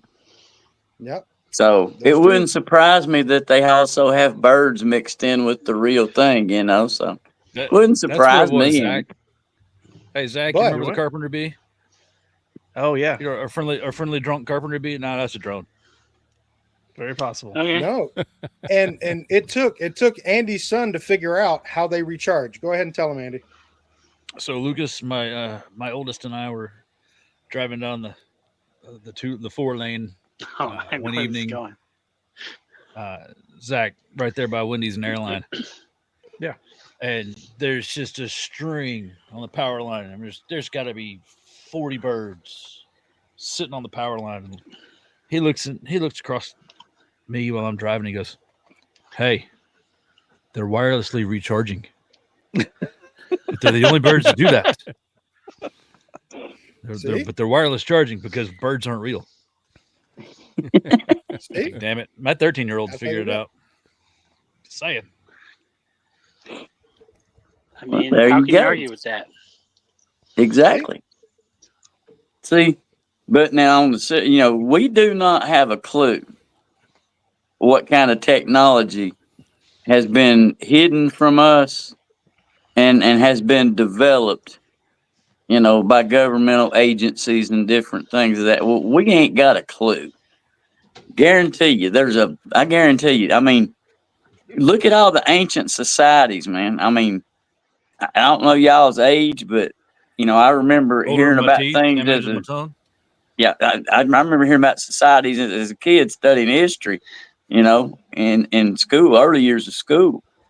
But you don't hear talk of those societies anymore. But now people are starting to dig the information back up, that's been hidden for so long. There's architecture around on this world, man. They ain't no way man built that. No. That's funny you This is- say that because one of the guys that I follow and that I've had other conversations with, that's a lot of what he reposts is especially when you talk about buildings and things that they're really artistic and what we used to call like Art Deco. Yeah. We didn't build that. No. Mm-mm. Interesting. Well, they say that like a lot of it is built as like antennas and some kind of communication device. That's why it's built that way. There used to be free energy, man. There used to be free energy. When you see that old technology and you see those the look like lightning rods on the top with the ball in the middle and stuff, that ball has mercury in it, and they were getting free electricity, free energy from the ether, and it spins that mercury, which generates electricity, and they run a wire down into the building, power everything in the building. Yeah, but you look at it, right? They've always But then said they about got pyramids. greedy. Yeah, but look at the pyramids, Grump. When we've gone over that, they said the pyramids weren't made by man. It was made by an alien aircraft. And basically there was a picture that came out, and it was about 4 different people that took it from different sides of the Pentagon. And they found a kind of pyramid-shaped aircraft over the Pentagon. And they said that was the one that, of course, made the pyramids. You can't tell me that amount of workforce could get that high making a pyramid without using a forklift or maybe using a crane or different things.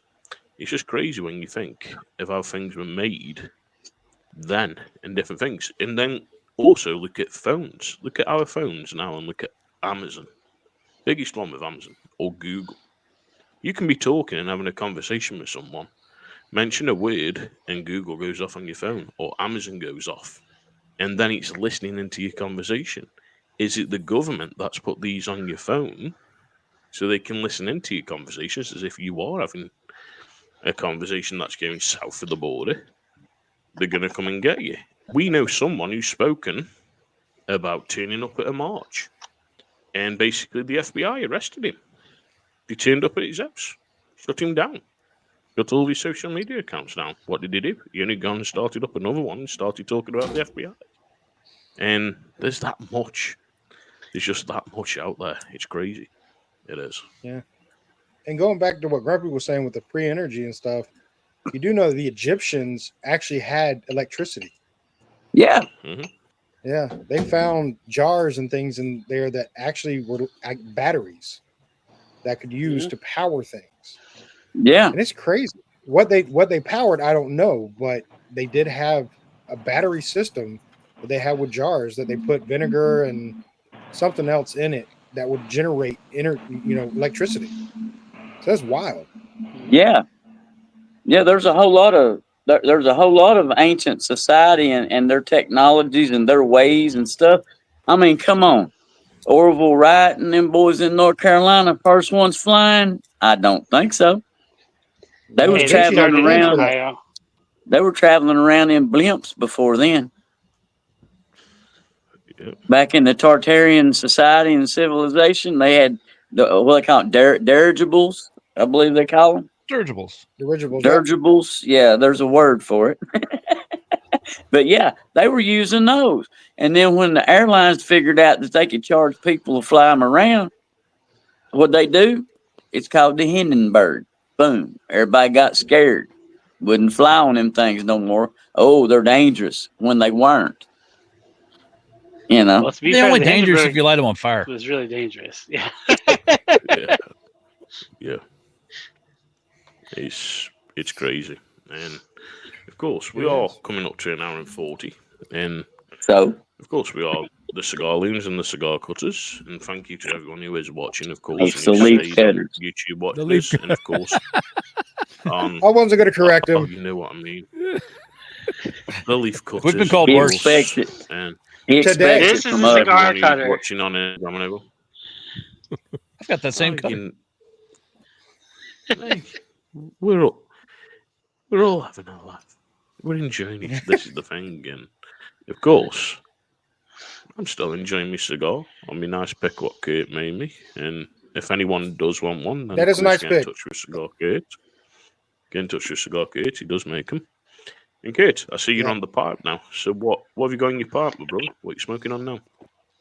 I've got my Black Raspberry Cavendish. It's by Lane, and this is like my new favorite pipe tobacco. Absolutely love it. Nice. Cavendish is primo. So of It's good course, stuff. the leaf cutter guys. Do you smoke pipes? And what do you smoke in your pipe if you do have a pipe? Absolutely, we smoke pipes.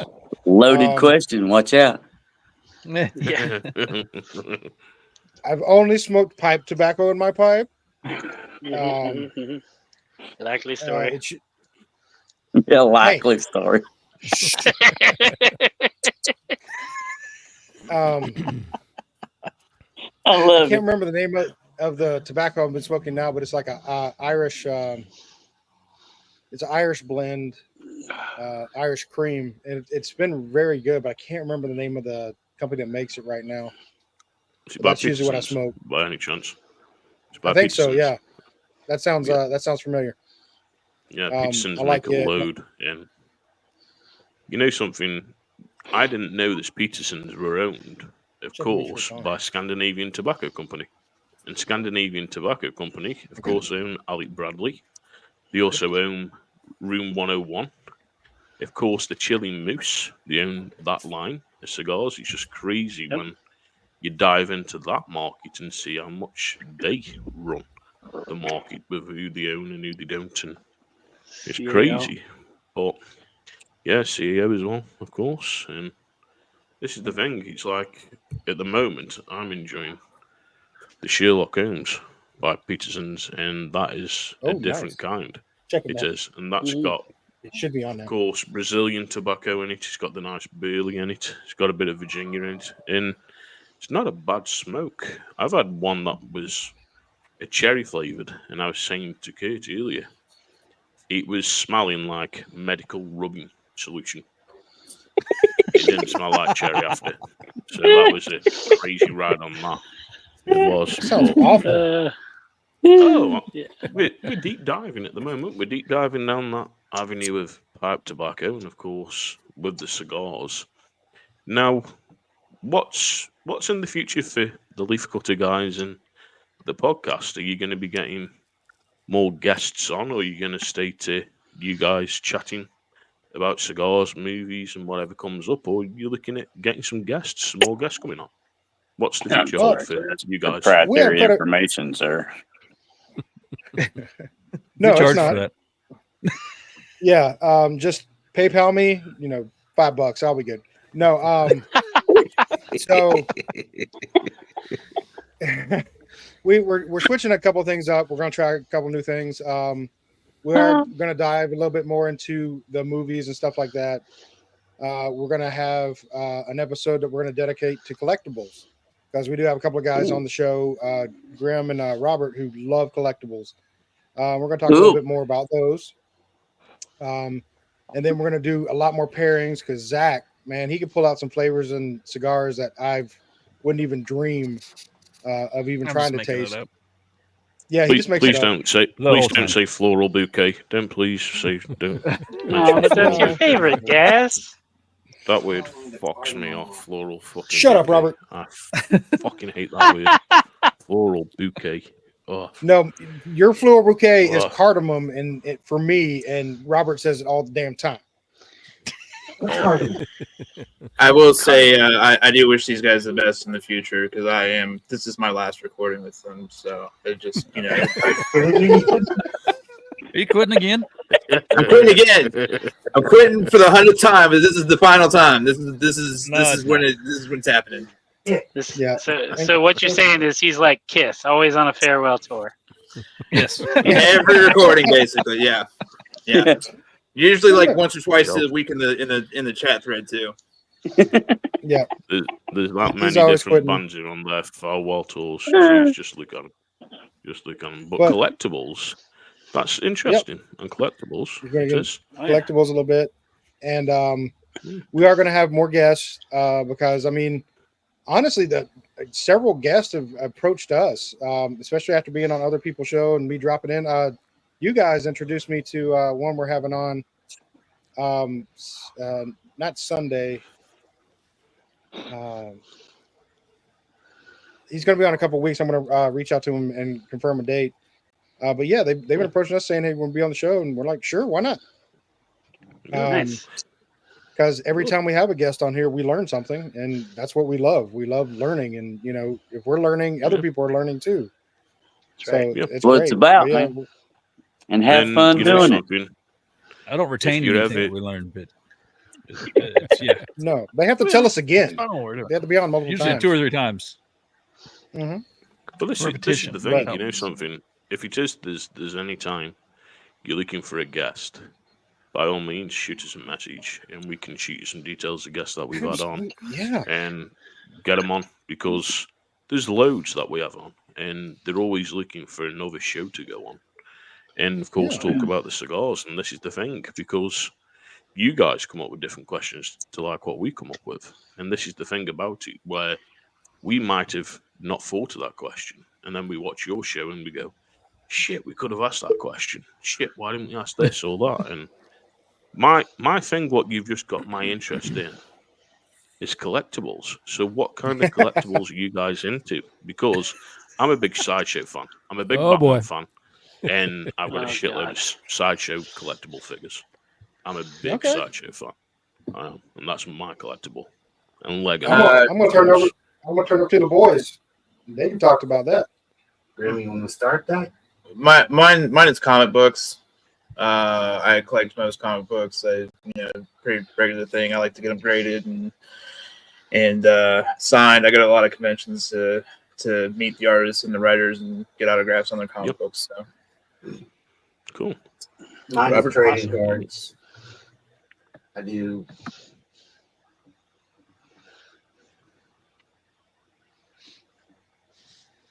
Oh.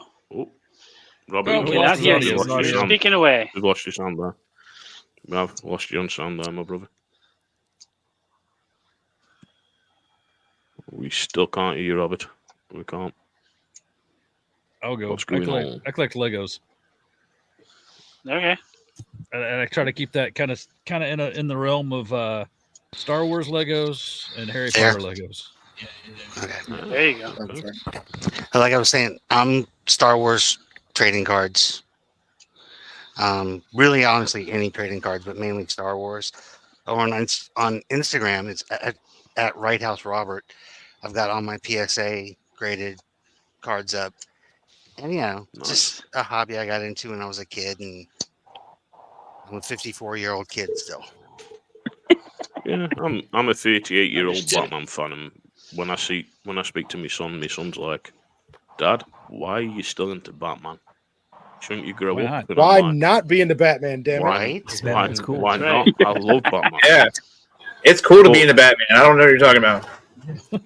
You know something? Star Wars always interested me, but I was never the big Star Wars fan. Now, my friend who passed away, he did the rework on the original R2-D2 that went into the other new films, Awesome. and he did the work on it. And when I was resin casting with him, we made a production of Stormtrooper helmets for the Star Wars guys to wear, and we used to do a lot of that kind of work and commissions we had for Star wow. Wars. That's cool.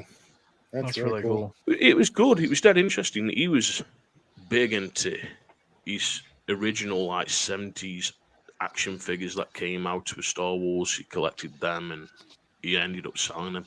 But his favourite was The Mandalorian, when The Mandalorian started, and got into, of course, Grogu, Baby Yoda. See you later, Matthew. And it's absolutely brilliant. And I like The Mandalorian. Some of the new stuff I haven't really watched, but there's that much out there. And it's good when you collect it because you think it's something then to pass on to the next generation. And this has always been the thing. It's like me. The reason I collect is to pass on to the next generation, and then for them to pass it on to the next generation. And Sideshow, to me, makes something really great with their collectible figures because of the clothing, how they get the head sculpts and different things. It's just crazy how they make them. And one of my favourite ones is, of course, the Christopher Nolan Batman that I've got. And it cost me a bit of money. It cost me over $300 in shipping. Yeah, I wasn't happy with the shipping because they classed it as a toy, which is not a toy, it's a collectible. And, of course, I went down that rabbit hole with them. But there's that many things to collect. It's like, I know people collect marbles, people collect vintage cars or motorbikes, and Dave Bautista, the wrestler, I couldn't believe a video that came out. He collects vintage lunchboxes, and the amount he had, it was crazy. It was crazy how many he got. But Grumpy, cool. if you were to collect something, what would be your collectible that you would collect? If you were to collect something, Wow, that'd be hard to say, really. I used to like when I was a kid. I used to like to put the model cars together. And, the came in the box with the parts all on the stems and the sticks, and you had the stinky glue to. I used to do a lot of that, and then once you get them together, it's always cool to, paint them like you want them, and fix them all up. And I used to do that when I was younger, but I really haven't. I really haven't had a collectible urge of any kind in a lot of years. So I guess if I were to do something, I would probably look into going back to that. But it would probably be extremely hard to run across those kind of models anymore. But No, you can go to. Pat likes collecting his thoughts. Well, yeah. Sometimes that's hard, Pat. I'm old, so sometimes that collection part don't work well. Just saying. Actually, those models, I think you can still find at Hobby Lobby. Hobby Lobby? Yeah, the old Revel. I think it's by Revel, Revell models. Yeah. Model cards. They still have them there. Serious. I have to look into that. Thank you. Yeah. I couldn't believe I don't know this. if I got the patience for it, but I could get one and try it. Well, you can start off at the level 1 again. There you go. Build yourself back up. There you go. Well, they say you go back to your childhood, you just make that circle, so I may as well. Yeah. Elementary level 1. Do not sniff the glue. Yeah, don't sniff the glue, Grum. Jeez. And don't stick your fingers together. Yeah. Yeah. I have a collection that was forced upon me. That was pop figures. Just one day I said I like a pop figure, and somebody bought it for me. And then somebody else saw that I had a pop figure, and they were like, "Oh, there's one that I have that you would love." And it just started growing and growing and growing. And there's not a pop figure that I've bought that I have. But I have at least over 30 now. Wow. Yeah. That's cool. They I love them all. I I like them. Yeah. They're on the market at the moment. Them pop figures, they're going for some crazy money, and Crazy it's like money. You're right. there was an original 1960s Batman annual that came out at Christmas, and a friend of mine found it in the loft, and they're like, "Oh, I'm going to chuck it out." I'm like, "No, don't chuck it out. I said, I'll have it off you. I'll buy it." "Oh no, I'll keep it. I'll give it the kids." And he ended up getting it valued £130,000. Jeez. I was like, "Shit, I wish I'd had it." Mm-hmm. But Kate, what would you collect if you were to collect something? What would be your ideal collectible? Yeah, I'm sitting here trying to think when you ask Grumpy. Probably, if I had to collect something, probably cards, baseball cards. That was a big part of my childhood. But I never really collected. I'm more of I guess a tinkerer. I think like in my adult life, when, I get interested in something, I try to reproduce it or make my version of it, or, and I go on from thing to thing, and, and I still keep up with those. It gets taxing as you go on, but if I had to think, it would probably be baseball cards, which I did have a small collection as a child, but it never went anywhere with it, Yeah, but you look at your tinkering, right, to the ashtray that you made me with Metallica in it, to the cigar stands that you made us and putting the bands in it, to making, of course, the picks and stuff. Your tinkering, like I said, you're a master at what you put together, and I'm really proud to know you of what you've put together and made for us all. And this is the thing: you look at the t-shirt designs. When you make a t-shirt design, it takes a lot of time to make a t-shirt design. It's like me playing around. Yeah, I make a couple, and sometimes I don't like them, but I'll send it to Grumpy. Grumpy will go, "Yeah, it looks all right, my brother, but why is it another skull?" And I'm like, "Because I like skulls." "But can't we go with something different?" "Nope, I like skulls." But this is the thing, you know something? There's so much, and when you come up with different minds and different people and bounce off one another, it's crazy because everyone's got a different idea. And don't get me wrong, I like see you guys with a t-shirt out, the Leaf Cutters t-shirt, and get one of them, because trust me, I'll be rocking Gibbs. one of them out. I'll be rocking one of them kind of t-shirts out. I would. Gibbs and I were talking about that yesterday. Was it yesterday we were talking about that? We were talking about that Work in yesterday. progress. I can't get the logo to sit right on the t-shirt, so I'm gonna have to find somebody to help adjust it. I mean, we are talking about it. We want to do it, but just like you, I got to get it right. If I don't get it right, I'm not putting it out. This is the thing. I'll sit and I'll put an image together, and I've probably come up with about 10 different images.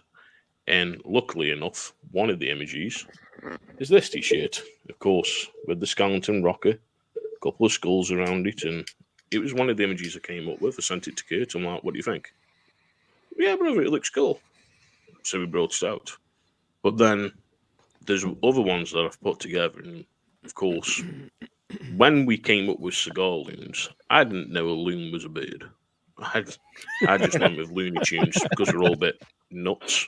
So Looney Tunes, Cigar Loons. Then I was coming up with different designs and putting loon in.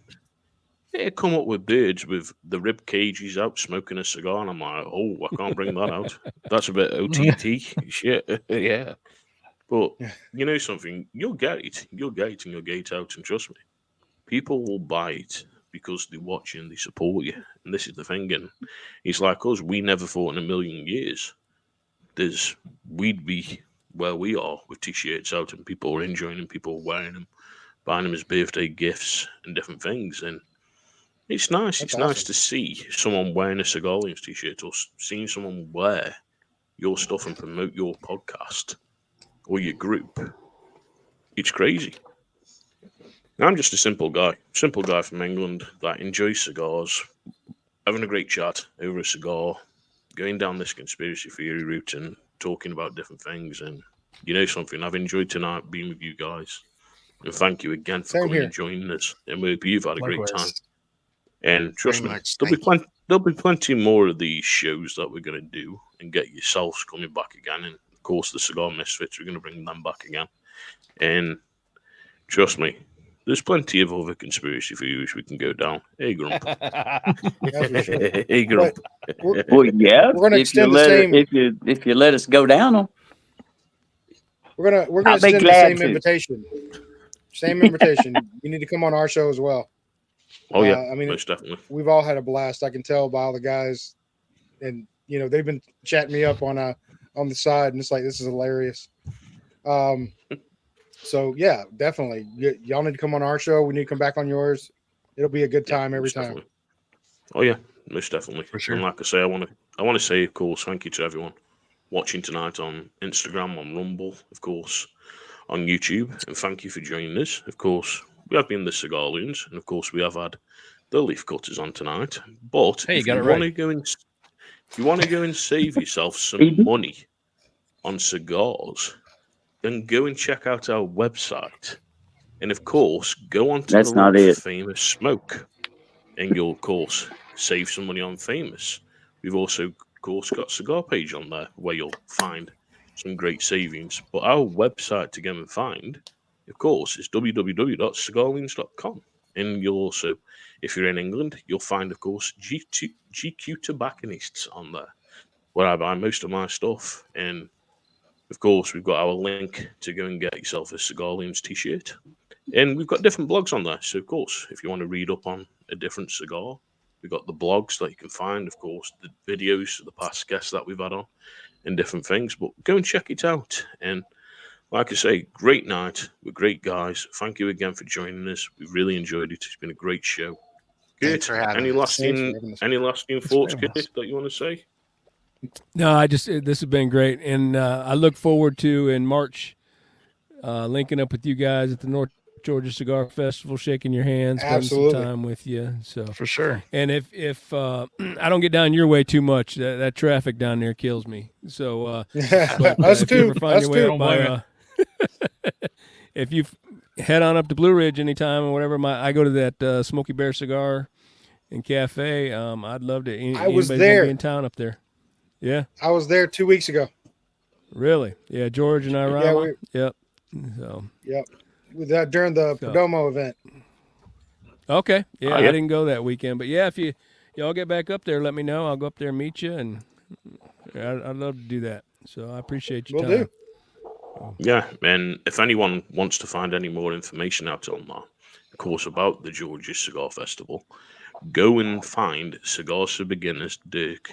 And go and check out his website, and he's also got a link in there where, of course, you'll find the information for it. And from what he was telling us, and I know, of course, he's been talking to the Leaf Cutter guys, he has said some of the people that he's thinking of having there, of course, the drinks that are going to be there, the cigars that are going to be there, it's going to be a great time. Yep. So go and check it out. Grump, lasting thoughts, my brother?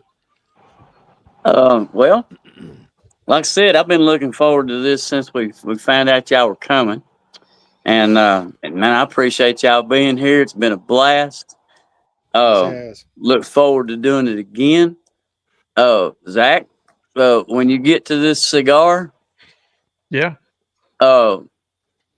wick on the end of it, you might want to just go ahead and cut it instead of trying to twist it. I twisted it off, and I ended up having to cut it anyway. I got the one without the pigtail. Yeah. Oh, you got one without it? Yeah, okay. It's just a normal cap on the one I got, but it's the same. You should be fine then. But this one now, that first third of it, it was like a pepper shot in the mouth, but it all calmed down. Then it got kind of earthy and woody through the middle, and then the pepper come back in the last third. So that was just what I got.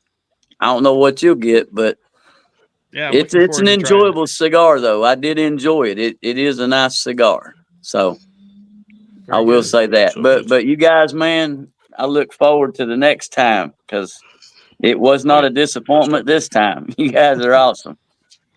Appreciate it. Thank you. You guys are too, man. Yep, of course, from me. Stay smoky, everyone. Kurt. Smoke them if you got them. Grumpy, you know you've got to say your line. We absolutely love your line, Leroy. So come on. Hey, I love you, and Jesus loves you. But if he ain't driving your bus, pull over, get out the driver's seat, let Jesus take the wheel. Catch me later. Yep. Nice. And of course, we'll catch you next week. We're going to be live on Tuesday night, and our guest is going to be Oliver from United Cigars. So we've got United Cigars next week, and can't wait to sit down, find out more about their cigars, of course. And we're going to be normal time, so of course 7 p.m. Eastern, 6 p.m. Central, 4 p.m. Pacific. And of course, if you're live in England and up and awake like me, it's going to be 12 a.m. on Tuesday. And of course, we'll be live. And you know something? Hey, keep your eyes out. Gaz. Keep your eyes out next month. Yeah, my brother. Yeah. You got to say Sumatra for him. Come on, man. Yes, please. Sumatra. That's pretty good. Yes. That's the money shot right there. Don't touch me. Oh, my week is made. My week is made. If you ask me to pronounce any countries, I'm probably gonna fuck them up. I used to fuck a lot of countries up, so I ain't saying any countries. It's hard to say the USA and England and try to remember. So yeah, but of course, catch us next week, and we have had a great show. And thank you again, guys, for joining us tonight. I'm going to play you, of course, Thanks for having us. the intro that we had and the nice cuddly song of me wanting cuddled leaf cutters and get nice and cozy. And oh yeah, Gibbs, I can see you and me being cuddle buddies, my brother. Oh yeah. Oh, keep you next week, everyone. We'll see you next week. All right. From the land of stories and cigars so fine. The Cigar Loons Podcast, a blended vine. With wit and charm, they share their passion deep. A smoking journey, a treasure to keep. Looms and cutters, a match made in heaven. Two forces united, a smoking endeavor. Knowledge and laughter, a perfect pair. A podcast experience beyond compare. The leaf cutters join the fray with expertise. A smoking duo full of surprises. From blends to techniques they share with grace. A smoking adventure, a joyous embrace. Looms and cutters, a match made in heaven. Two forces united, a smoking endeavor. Knowledge and laughter, a perfect pair. A podcast experience beyond compare.